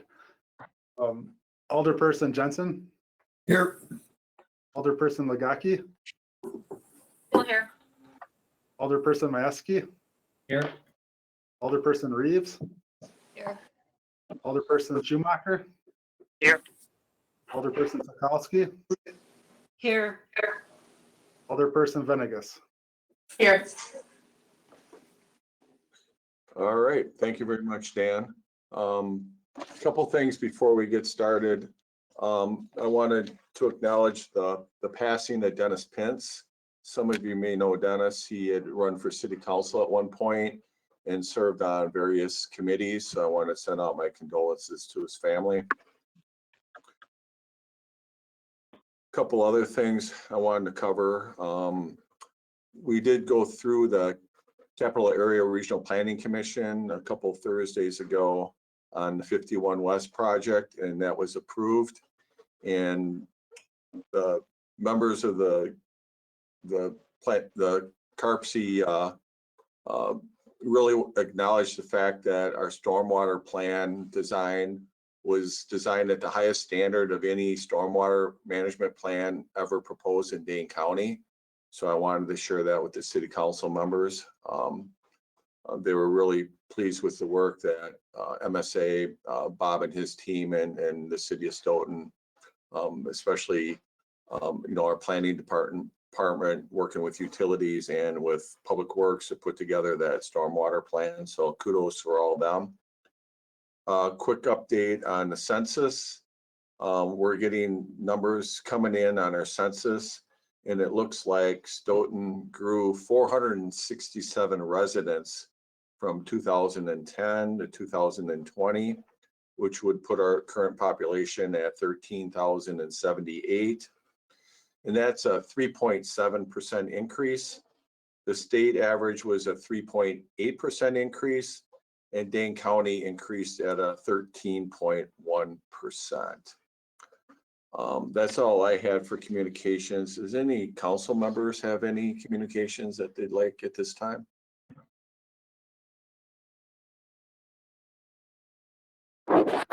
Yes. Mayor Swadley? I heard two people. I have Alderperson Legaki, and then I didn't catch the other one. Go ahead, Jean. Ben should go first. Okay, first of all, wanted to thank the community members of the Sustainability Committee that came out for the first meeting of that last night. I think this will be a very great group to work with, and I look forward to that. But also a shout out again for the second virtual listening session on racial equity. That's going to be held Thursday, 6 o'clock. And we'll have former Madison Alder and former council president Shiva Badar as our facilitator once again. And I probably took the wind out of Jean's sails on that one. Not the wind, man. Just gonna sail with you. Wait, awesome. And There we just say that. Just say that though, for those of you who know people of color, Black, Indigenous, wonderful people in our city, please encourage them to attend. Thank you. All right, thank you. Are there any other communications? Just again, to remind everybody of, I think we have CIP meetings on next Tuesday and another call meeting next Wednesday evening. And you'll get more information probably later this week on that. All right. Thank you. I just noticed I skipped right over the public comment. We do have 4 people signed up to speak. So the first one is going to be Sharon Mason Boersma. Thank you. I'm Sharon Mason Boersma, and I live in the city of Stoughton. Since 1981, I've been a Stoughton area resident and worked for a number of years in our community. Whether one is for or against the Whitewater project, Stoughton Dam removal, major concern about this matter is that many residents in townships, and especially from the city that I've talked to, are unaware of the details of this project and the difficulties to know all about it, even after following it for months. Requesting for a public meeting to help everyone learn more about this project has not materialized, even though it was discussed to hold one in April of 2020 by the mayor. Meetings that are done virtually with public comments before the meeting, but no dialogue permitted during the meeting, are poor methods of communication that are structured to not effectively answer questions, try to decipher diagrams, budgets, and other information from one's computer screen, and really learn how their taxes are going to be spent on this issue. Also a reminder, not everyone has a computer, a smartphone, or an iPad for this system to be communicated, especially those from our almost 30% elderly population. I've listened to the meetings virtually, and I've seen the meetings on my screen. And just to reiterate what happened earlier tonight in the COW meeting, there were 3 grants that have failed to be approved on this project. One was a big grant in October of 2020, where a grant was applied for $5.6 million. The last one was in November, December of 2020 as well. Wouldn't it be prudent to approve this resolution knowing that there are supportive funds for this? My question, I have a lot of questions. Will this be a constant water level to enjoy the Whitewater Park if climate change occurs? And we've seen those changes already, where there is drought and other environmental impacts adversely affect the future and disrupt the sustainability. I've also gone, and a friend of mine has as well, gone to the Whitewater Park in Manchester, Iowa, that keeps being referred to as a vibrant flowing water setting. I went in July of 2021 on a Sunday on a warm summer-like day, and I went there around 1 p.m. in the afternoon. I saw no one in the water. There were 5 cars in the parking lot later after I hung around the area for a while, with people stating that they were going to go tubing, and this would be their main activity. Again, there were only 5 cars in the parking lot and no one was in the water on the warm sunny day that I was there. I am concerned about this, and maybe it'll be populated at first, but what happens later? What also happens to our taxes for the city of Stoughton residents with the decision to reconstruct the dam and build a Whitewater Park? What are the budget constraints and impact on property values for those living on the river from the city? What are also the city services going to do to handle the EMS calls, the police calls, the trash pickup, especially if there are a mega abundant amount of tourists here as promised? I did contact a staff person from the DNR yesterday who emailed me back with the responses, quote, approval process includes detailed engineering and environmental review and a revised plan from one submitted on April 27th of 2020. The staff person said that while the department, the DNR, does have a dam reconstruction grant program, he was not certain that this project would be eligible for such funding. He could not provide a detailed cost if grants are not approved, since he has not seen detailed cost estimates nor an application for grant funding.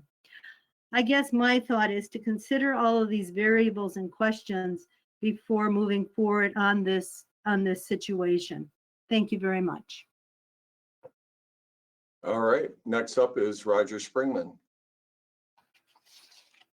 Thank you, Mayor Swadley. Can you all hear me? I sometimes have problems with my computer. Yes, Sounds Roger. good, Can you hear me? Roger. Okay, great. So I'm fully endorsing the committee of the whole earlier vote on R134. And the context for my comments tonight are pretty basic, quite frankly. I'm a 35-year retired natural resource professional who's analyzed and been involved in dozens of projects in Michigan, Wisconsin, and Pennsylvania. And then also, I will point out that I've also attended and looked at the whitewater parks in Manchester, Iowa, and also probably America's most successful whitewater park in Ann Arbor, Michigan, called Argo Park. They're both very successful in way different ways, and so I'll just point it out as a contextual point for my following 4 comments.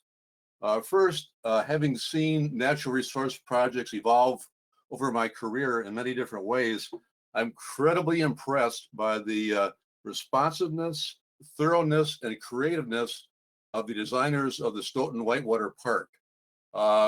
Having seen how these things evolve and seen what they can come into, I can tell you that having a quality professional involved at the steering wheel on the start of the project is a great start to make sure the project is successful later on as you get into implementation phases. Secondly, I'm going to point out the obvious is that our current Yahara River is, in my opinion, very poorly used. We are a fortunate community to have a nice river, not always maybe the way we like it from a content standpoint or from a quantity standpoint, running through our city. Many cities would just love to be in the spot we are, to have a nice river, available river running through the middle of our town. We have one, and it's not properly used for many different reasons. And the project that's been proposed tonight is a way to really fill in that gap, to put us on the map, to make sure that we become all that we can be as a city and as a regional recreational attraction. Thirdly, the real trend in recreation is linear parks. Whether you're a biker, a walker, an ATV user, or a whatever user, it turns out that people want to go somewhere on something straight and narrow to get from A to B and have fun and enjoyment along the way. A river does exactly that feature or opportunity. You can travel from La Follette Dam, perhaps through Stoughton Dam or eventually on down to Dunkirk and on down to Fulton if you so choose. So we are fortunate to have a river here that's a great recreational resource that really stands the potential to make a difference for the region and to be a major drawing point for our future. And finally, I'm 75 years old, and I think that part of my goal for the rest of my life is to make sure youth in Stoughton, youth in our region, have a chance to enjoy our outdoor natural resources. Knowing that our river is not used the way it should, yes, it's used for fishing, yes, it's used for walking and visualizing, but seeing the chance to get kids and people on the river is a really big deal to me. And that's why I really like the Whitewater project so much. The only other project in Wisconsin that's even close to what we're doing is up in Wausau, and that's not designed for families. This park is designed for families and youth. And to me, that's a very big deal as a grandpa. I've got kids that come in from Colorado, and there's nothing more that I like to do than to get them on a raft with me, float down a couple of those drops in the river, and have fun over the course of an hour or two on a Saturday afternoon or a Friday afternoon or a whatever afternoon.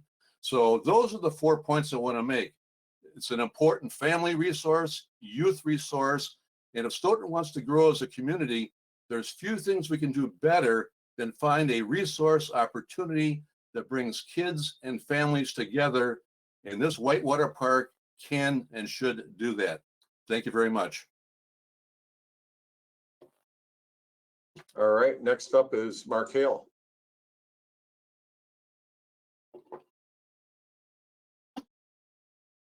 Good evening, everyone. I'm going to stray a little bit from my script here, and please just accept the direct comments.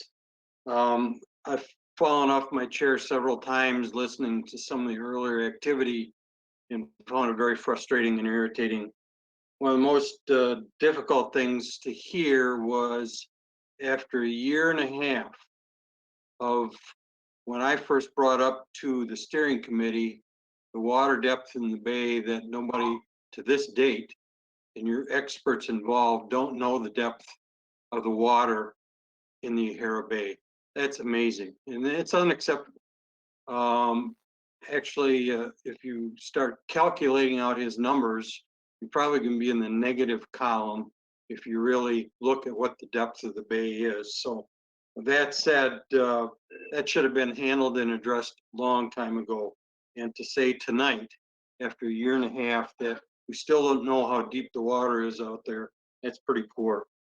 Mason talked about the water depth in the CFS flow in the mill pond and upstream. He talked about it tonight. He talked about it in the last committee of the whole meeting.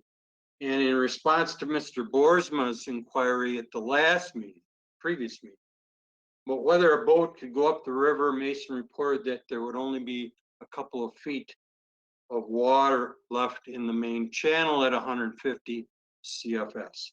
That's what he said in your earlier meeting, not tonight, the previous one. Today, the CFS at Fortin Street was 92.4. That's correct, 92.4. I've been monitoring this data since May. There have been a couple higher reads after we've had big rainstorms, some of those several inches, but then it quickly dissipated over the summer. A large number of readings in the 100 to 120 to 130 range, but well below the minimum that Mason has talked about multiple times of the 150 CFS. While I'm not a hydrology expert, I've speculated you would not have much flow in town if the dam was removed. It's holding back water, and most citizens would not notice the difference today because it's holding back water up through the Fortin Street area. A year and a half ago, some of us tried to shed some light on the ebbs and flows of the river and the impact of low water levels in Kegonsa and the Madison Lakes. And Mason alluded to it earlier and said the Yahara is vulnerable to those lakes. We warned city representatives that the data being used was not reflective of the history that we as veteran people up here have known. Dan Glenn's early presentation, for example, the graphs show 300 to 400 CFS in the city. What we're saying right now is Mother Nature's kind of helping us say, we told you so. These low flows happen. And if you look at the data this summer, if you look at the data in July, which should be key revenue producing times for you, you don't have the water flow at 100 CFSs to do much downtown there, I submit. Right now, the Stoughton Dam is open at about 15%. It's been closed at times to protect Kegonsa water levels. They were below minimum water levels this summer. The low flow and shallow water in the river upstream of Stoughton in the bay has prohibited aquatic plant harvesting this year. I checked with the county. While some may wish it to be, these numbers, these low flows, it's not an anomaly.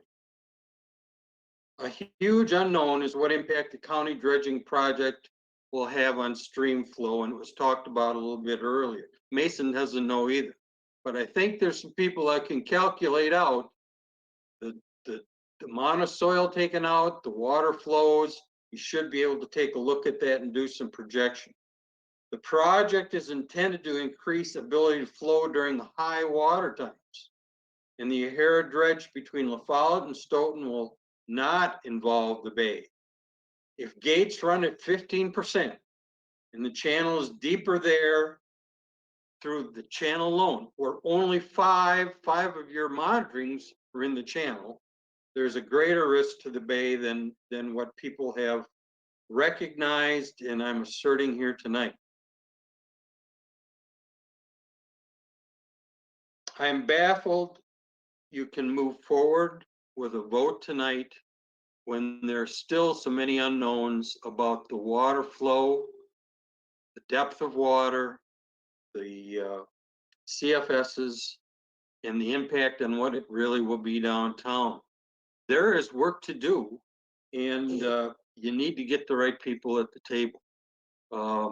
So I thank you for your time. I hope that some of you in the committee here will ask questions about this that we cannot get answered.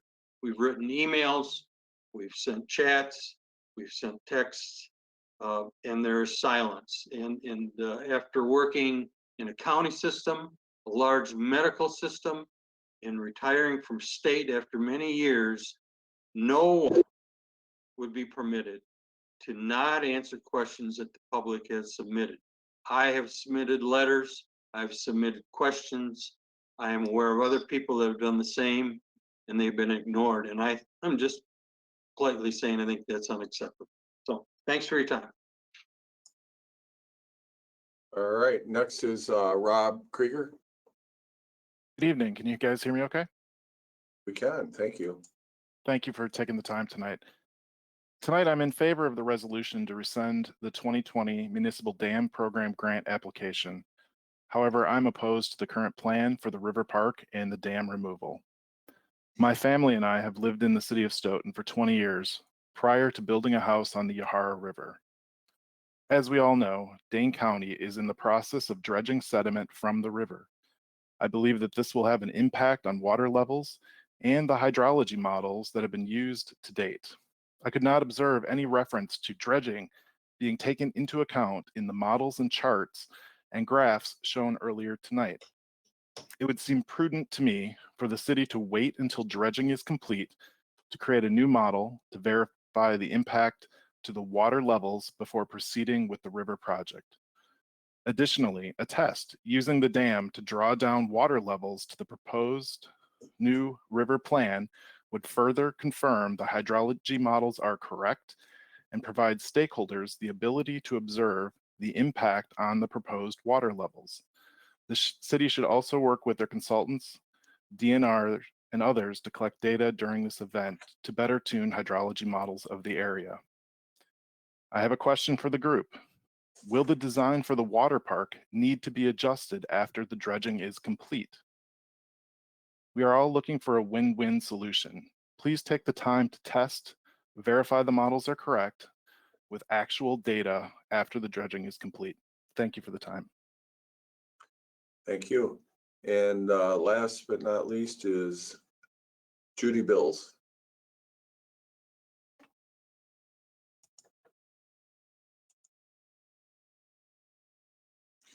And apparently she couldn't make it.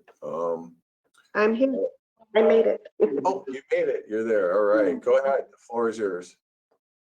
Well, I just hope that everybody does listen to the other voices. And I do feel like we're moving too quickly. I do hear a lot of talk about, oh my gosh, how much time everybody's spent on it. And I think that matters, but it certainly isn't as important as doing it right. And I just want to see it done right. And I hear from so many people that they're afraid to lose our river and how much they enjoy kayaking, and they just can't believe we wouldn't put it to a referendum. And I just hope that City Council listens. And that's all I want to say. Thanks very much.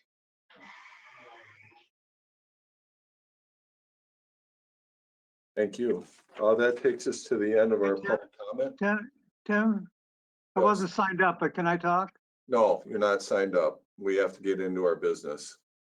Thank you very much. I appreciate it. I appreciate the ability to talk, but if you're saying I'm denied that ability to talk, I think that's outrageous, and I'll leave this meeting.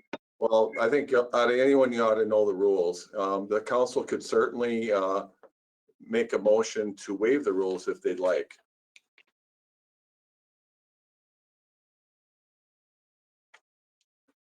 All right, I'm hearing none. We'll move into the consent agenda. There are 4 items on the consent agenda, and I would entertain a motion to approve. We'll move. Second. There's a motion and a second. Would anybody like anything on the consent agenda acted on separately? Hearing none, all in favor, say aye. Aye. Aye. Any opposed? None opposed, that motion carries. Item number 6 is R130 2021. This would be second reading coming from personnel, Alderperson Reeves. Thank you, Mayor. Resolution 130, 2021, authorizing and directing the proper city officials to approve the updated work rules and the newly created policies, procedures, and form manual. Personnel did recommend approval 4-0, and I would move for approval. Second. All right, there's a motion and a second. Any discussion, Alderperson Reeves? I do know Director Gillingham is here if there are questions. So looks like Regina, you might have a question.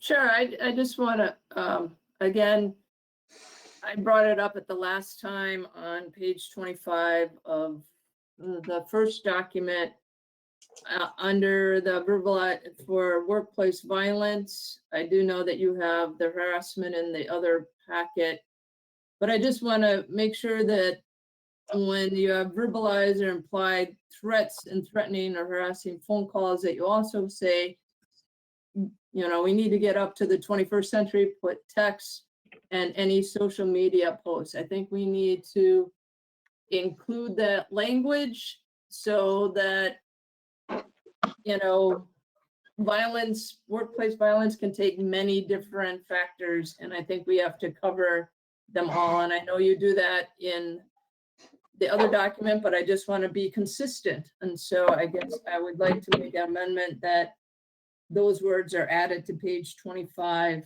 on that first document. The rules, I guess.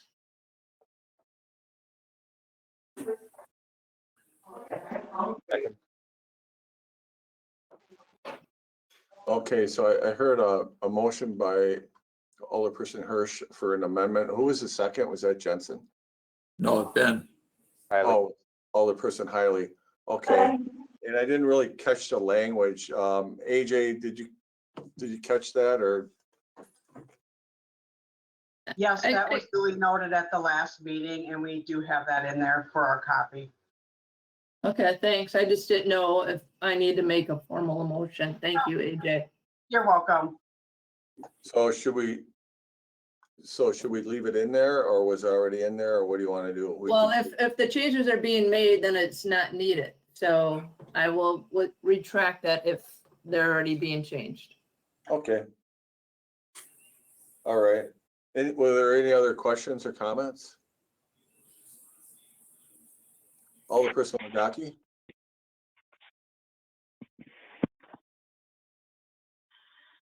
I think you're muted. I do that at least twice a week now.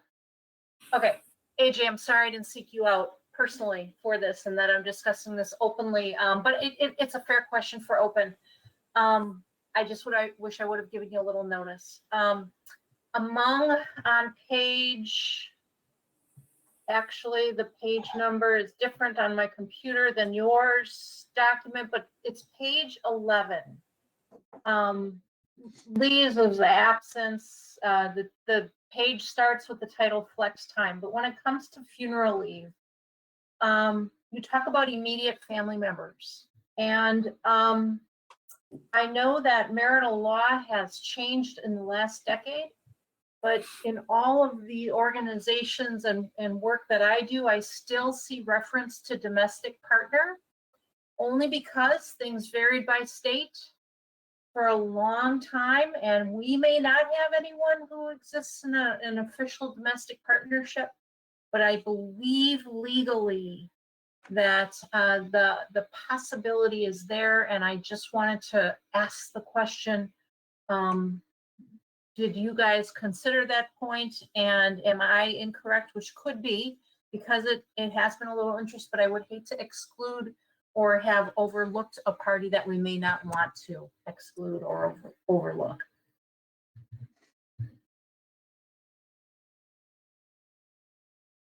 Am I to respond to that, Mayor Swadley? Please do. Okay. No, we did not discuss that. What I will do, Jean, is run that back past our attorney. Within our insurance document, it does not allow, because we are a state employer, the domestic partner with the type of insurance that we offer, and we try to reflect as much as we can between those documents. So I will run that past the attorney. If the recommendation is to change it from the attorney, then we will amend the document before it's actually sent out. Very much. You're welcome. Thanks for bringing that to our attention. Anybody else have any questions, concerns, ideas? AJ, AJ, I spent as much time on this as I could. Do you define family anywhere else in this document? When we talk about health insurance, we do, but again, that's all governed by law. Yep. Anytime that we are defining family, I definitely want to cover legalities, but I also would like to be as inclusive and diverse as we can be. And so again, I would ask you to, if I have missed any other places and didn't get to a thorough reading there, I would ask that consideration about all of our families be considered. Do you understand what I'm getting across? Yes, sorry, Gina, I was trying to write it down as we were going, so I didn't Yep. miss anything. So Yep. yes, I do understand, and yes, it's noted. Thank you very much. You're welcome. All right, any questions or comments from anyone else? Hearing none, all in favor of the motion, say aye. Aye. Aye. And any opposed? None opposed, that motion carries. Thank you, and thank you, AJ, and everybody that was on the team. Next item, ordinance 19 is the second reading, and that one comes from Public Safety, Alderperson Johnson. Thank you, Your Honor. Ordinance 19, 2021, amending section 70-176, 3, no parking any side of west side of 8th Street. And I would move for approval. Second. Second by Alderperson Reeves. Okay, Alderperson Jensen. Yeah, and this was because there is a lift station that is in that area, and they were having trouble accessing that because of residents parking in that area. So it was requested that we put a no parking in that area, and that is the reason for this. All right, any questions or comments? Hearing none, all in favor, say aye. Aye. Aye. Aye. Aye. Aye. And any opposed? None opposed, that motion carries. Thank you. Next item is item R133 of 2021. This one comes from the Plan Commission. Alderperson Caravello. Yes, thank you. This is resolution R133 of 2021, approving a conditional use permit request by David Baer for a commercial indoor lodging use at 210 Water Street, Stoughton, Wisconsin, and I so move. Second. Second by Alderperson Schumacher. Alderperson Caravello. And yeah, these folks would like to convert the what was, or what many of you may know as the Cully's Bar building on the river at that address on Water Street into a indoor lodging use and the space would accommodate sleeping arrangements for up to 8 people. And the residential rental units that are in the upstairs would remain. All right, any questions or comments? I have a question. What is actually meant by this? Is it gonna be a one large apartment? Is it gonna be like a hostel situation, you know, where there's multiple beds? I guess I'm not visualizing that and I'm just kind of curious. Yep.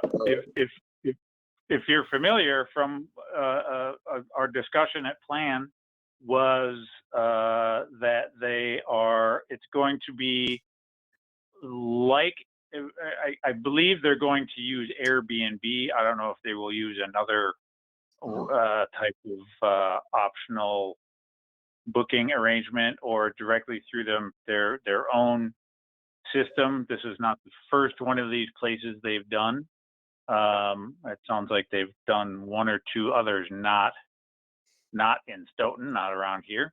And they basically, if you're familiar with that space, there is a bar that is still in there, and they are going to actually convert that bar area and use that part of that bar area as kitchen. They are also going to use one of the bathrooms and modify one of the bathroom areas and have a shower put in there. So it's basically just going to be an Airbnb available for up to 8 people. All right, and David Bear is here. He's the one that has put this proposal together. Anything you want to add, David? I can certainly. It would be very similar to a 2-bedroom, 2-bathroom accommodation. So it would be more so apartment than it would be hostel or communal sleeping areas. Thanks. Look forward to looking at it. It's a great site. So I'm glad that you're going to do something fun with it. We're very excited about it. I think it's going to be beautiful when we're done. And the building right now is actually quite nice. We know it has some deferred maintenance, but I think it's a diamond in the rough. Excellent. All right, any other questions or comments from alders? And I can't see my screen now, so if you have one, just shout it out. There, that's better. Hearing none, all in favor of the motion, say aye. Aye. Aye. Aye. Aye. And any opposed? That motion carries. Last item, our 134 2021, and this one went through the Whitewater Ad Hoc Committee, where there was public comment. It went through the Park and Recreation Committee. It went through the Committee of the Whole tonight, and it's before you for consideration. President Hirsch, you want to introduce this one? Sure. Resolution 134, 2020, resolution to direct city staff to rescind the 2020 Municipal Dam Program Grant application and enter into the final design stage of the Stoughton River Park project. And I so move. I would second with a correction. Okay. Resolution 134, 2021. Oh, did I say something different than that? No, Virginia said 2020. Oh, I'm trying to go back a year. No. I was reading ahead and saw 2020. Sorry about that. all right. Alderperson Hirsch, anything else you want to say on this one before we open it up? I think I'm exhausted we just discussed it for 2 hours, but I'm happy, and Dan is still on the line.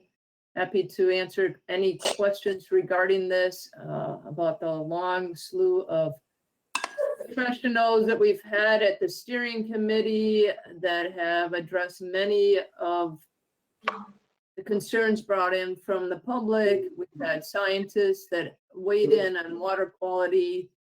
We've had many designs. Somebody can mute. I don't know who that is. Yeah, And like I said, Dan has been right on top of things. I mean, I think we counted today that he has given close to 120 public appearances, articles in the Hub, private conversations with constituents. The list is just astounding of how much outreach he and the mayor have done on this project, trying to educate everybody on it. I've met with a number of people as well, and I know all of you have too. So I feel very confident that we have done our due diligence. And now I'll shut up. Anybody else have any questions or comments? I would, Mr. Mayor. Sure, go ahead, Alderperson Hunt. In looking at the resolution, I see it as taking a vote on two different items at the same time. Rescinding the loan application, I think if I were able to, I would prefer to consider that separately from voting to move forward with the second phase plan, or at least would like to consider them separately. So I would make a motion to split this resolution into two resolutions, or be able to vote on the two portions of it separately. I don't know how we go about doing that. I probably need Greg to help me on that. I think that'll work. We'll figure it out. Is there a second?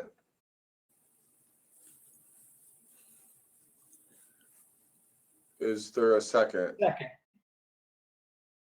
Alderperson Majewski had a second. Okay. Yeah, I'm not, just to throw a comment in here on this. I'm not certain that we can do that, nor am I certain that we can't. I don't think it would hurt to do it either way. Well, Matt's on the line. We can ask him. Oh, yeah, is he there? Okay. I'm here. Yeah, you can divide the question. It's a little complicated because we have a written resolution. But I think that the two different components of the resolution that are in play are clear enough so everyone understands what they are. And so as long as it's clear that you're dividing this resolution into two questions and everyone understands which question is being voted on, first and second, I don't see a problem with it. So you've got a motion and a second to divide the question into two separate parts. So I think you should vote on that first. If that motion is adopted, then I think there should be a motion on the first question and then a motion on the second question. So that's what I think. Question for you, Matt. And would you refer to them as 134, 2021A and B? Or, how would you? That makes sense to me. Okay. So I think what I heard is the first thing we would do is determine whether or not we're willing to split it. Is that how I understood that, Matt? Yes, that's the motion that's before you now, is the motion to divide the resolution into two separate items. Okay. Any questions? That has to be voted on first. I'm sorry. Any questions about that from alders? I'm glad that we would be able to do it because I'm much clearer in my support of the rescinding of the previous grant than I would be of the second part. So I'd appreciate the opportunity to consider them separately. Okay. Anybody else have any questions or comments on splitting the motion? Hearing none, all in favor of splitting the motion, say aye. Aye. Aye. Aye. And those opposed? No. Oh. All right, it sounds like the ayes have it. I have it at 9-2. 9-2, yep. So it looks like we'll split the motion. So I guess I'll send it back to you, Fred. Which one would you like to vote on first? I think in the order that they were put together, I would move that the resolution to direct city staff to rescind the 2020 municipal dam program grant application. All right, is there a second? Second. All right, any discussion on that one? All in favor, say aye. Aye. Aye. Aye. And any opposed? That motion carries. Did somebody want to entertain a motion for the second half? I would. Regina? So move. Go ahead. I'm sorry, I didn't catch that. Who made the motion? No, you did that motion? No. I did, but I'm not sure if someone made the motion before I did. No, go ahead, Joyce. Go ahead and make the motion. Yeah, I move that the final design stage of the Stoughton River Park project go forward. All right, was there a second? Sure, second. Second by Jensen. All right, any discussion on that one? I would have a couple comments. Sure, go ahead. From our discussion in the COW meeting, and some of the comments from the citizens that spoke, I noted that the design plan is really not complete. It doesn't address the old power intake and the storm sewer area there, and I think that would be important to complete that. I also would be a person who would prefer to see grants approved before we approve the final stage planning. And then there is still certainly a question of the impact of that dredging on the overall channel and the water flow. So I would advocate for delaying this and taking our time on it, and we could bring it up again at another council meeting. All right, anybody else have any thoughts, or Alderperson Lagaki?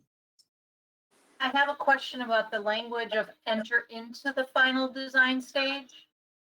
So does that mean that we are saying, let's continue to go forward with the River Park project, but yet all of these questions that come up, or, you know, how is the island going to get filled in for the cement abutment?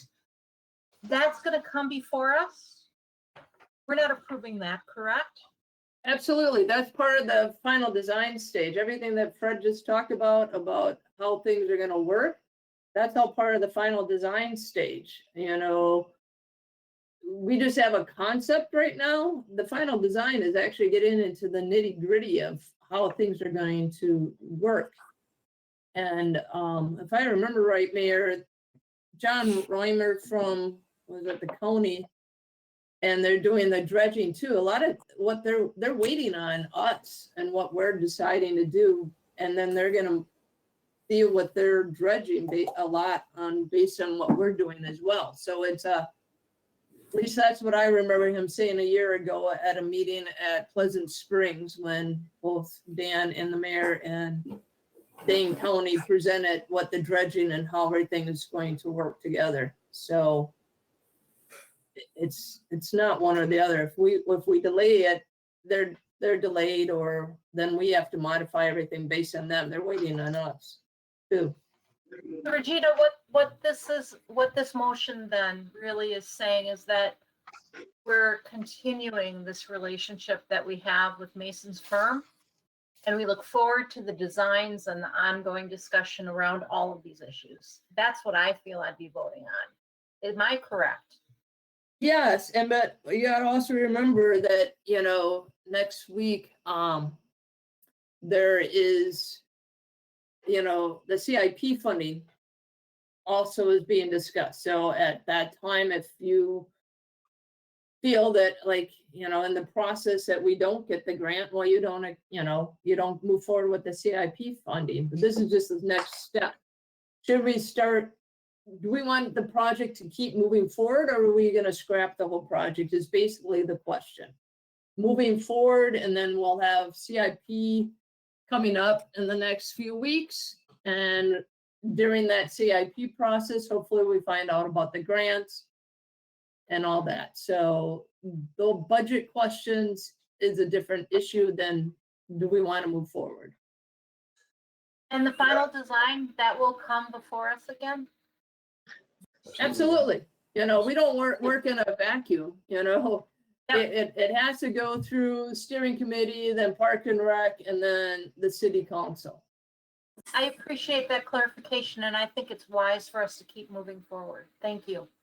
And I would add, Dan, and correct me if I'm wrong, we already have the money budgeted and borrowed to do this next stage, right? Yeah, it's in, it was passed in the 2021 CIP. The last year's CIP for this year.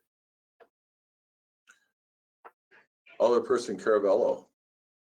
And also, if I'm not mistaken, this could potentially have an impact on some grant applications, depending on if the entities were trying to get the grant from, say, well, how close or how far are you from actually making this project happen? And some of them might say, you're not close enough. You have to do, you have to go farther along the design stage. And that could affect whether we get a grant or not. I believe that is potentially also a factor. I would say that's true. That's why the one grant was denied, is because we weren't shovel ready at that point. And we believe that now it is, that we'll be able to be awarded that same grant. So it does make a difference as Dan is submitting those grants. Anybody else have any thoughts or questions? Mr. Mayor? Yes, go ahead. I'm glad to hear that we are still able to affect the final design if we vote for this. I do have serious questions about the safety of all these kayakers and boogie boarders going under that bridge. And I also think it would be wise for us to get an environmental impact statement, regardless of who else thinks we need one or not. So I just don't feel like we're really at all prepared to move forward on a number of things. Well, I think it's like when we're doing developments, we have a lot of things going on kind of separate rails all at the same time, to keep things moving. And I think that this is similar. There's some moving pieces and they're on parallel tracks here. And I think there's going to be quite a few decision points ahead of us. I don't think the work is by all means done. We still have some work that we have to do with our engineers and with the DNR and really better understand what Dane County is going to do as well. So, I think delaying it at this point really puts us into 2024, and I really don't see any benefits. In fact, I would say if we did that, chances are it would cost us more money at that point to do it, because the cost of everything's going up. We're actually in a position now where the grants that we're looking at, typically you have 2 years to allocate the resources that you were awarded. And really they're lining up much better now than they would if we were to wait a year. And some of them grants may or may not be available. So I think we're in a good place with that. And if the DNR also has a long lead time as far as permitting projects, and we'd really like to get this thing queued up, on their list and get it in line, I guess is the way I would put it.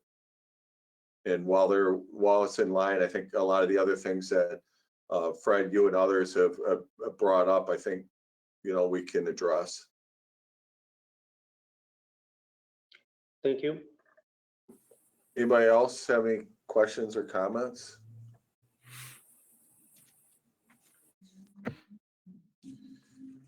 All right, all in favor of the motion, say aye.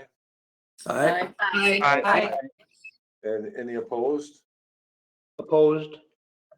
One opposed. Okay, that motion does carry. I'm looking for a motion to adjourn. So moved. Second. All right, all in favor, say aye. Aye. Aye. All right, thank you. Got late. Have a good night. Night, Come on, everybody. Thursday. Thank you. Come on Thursday.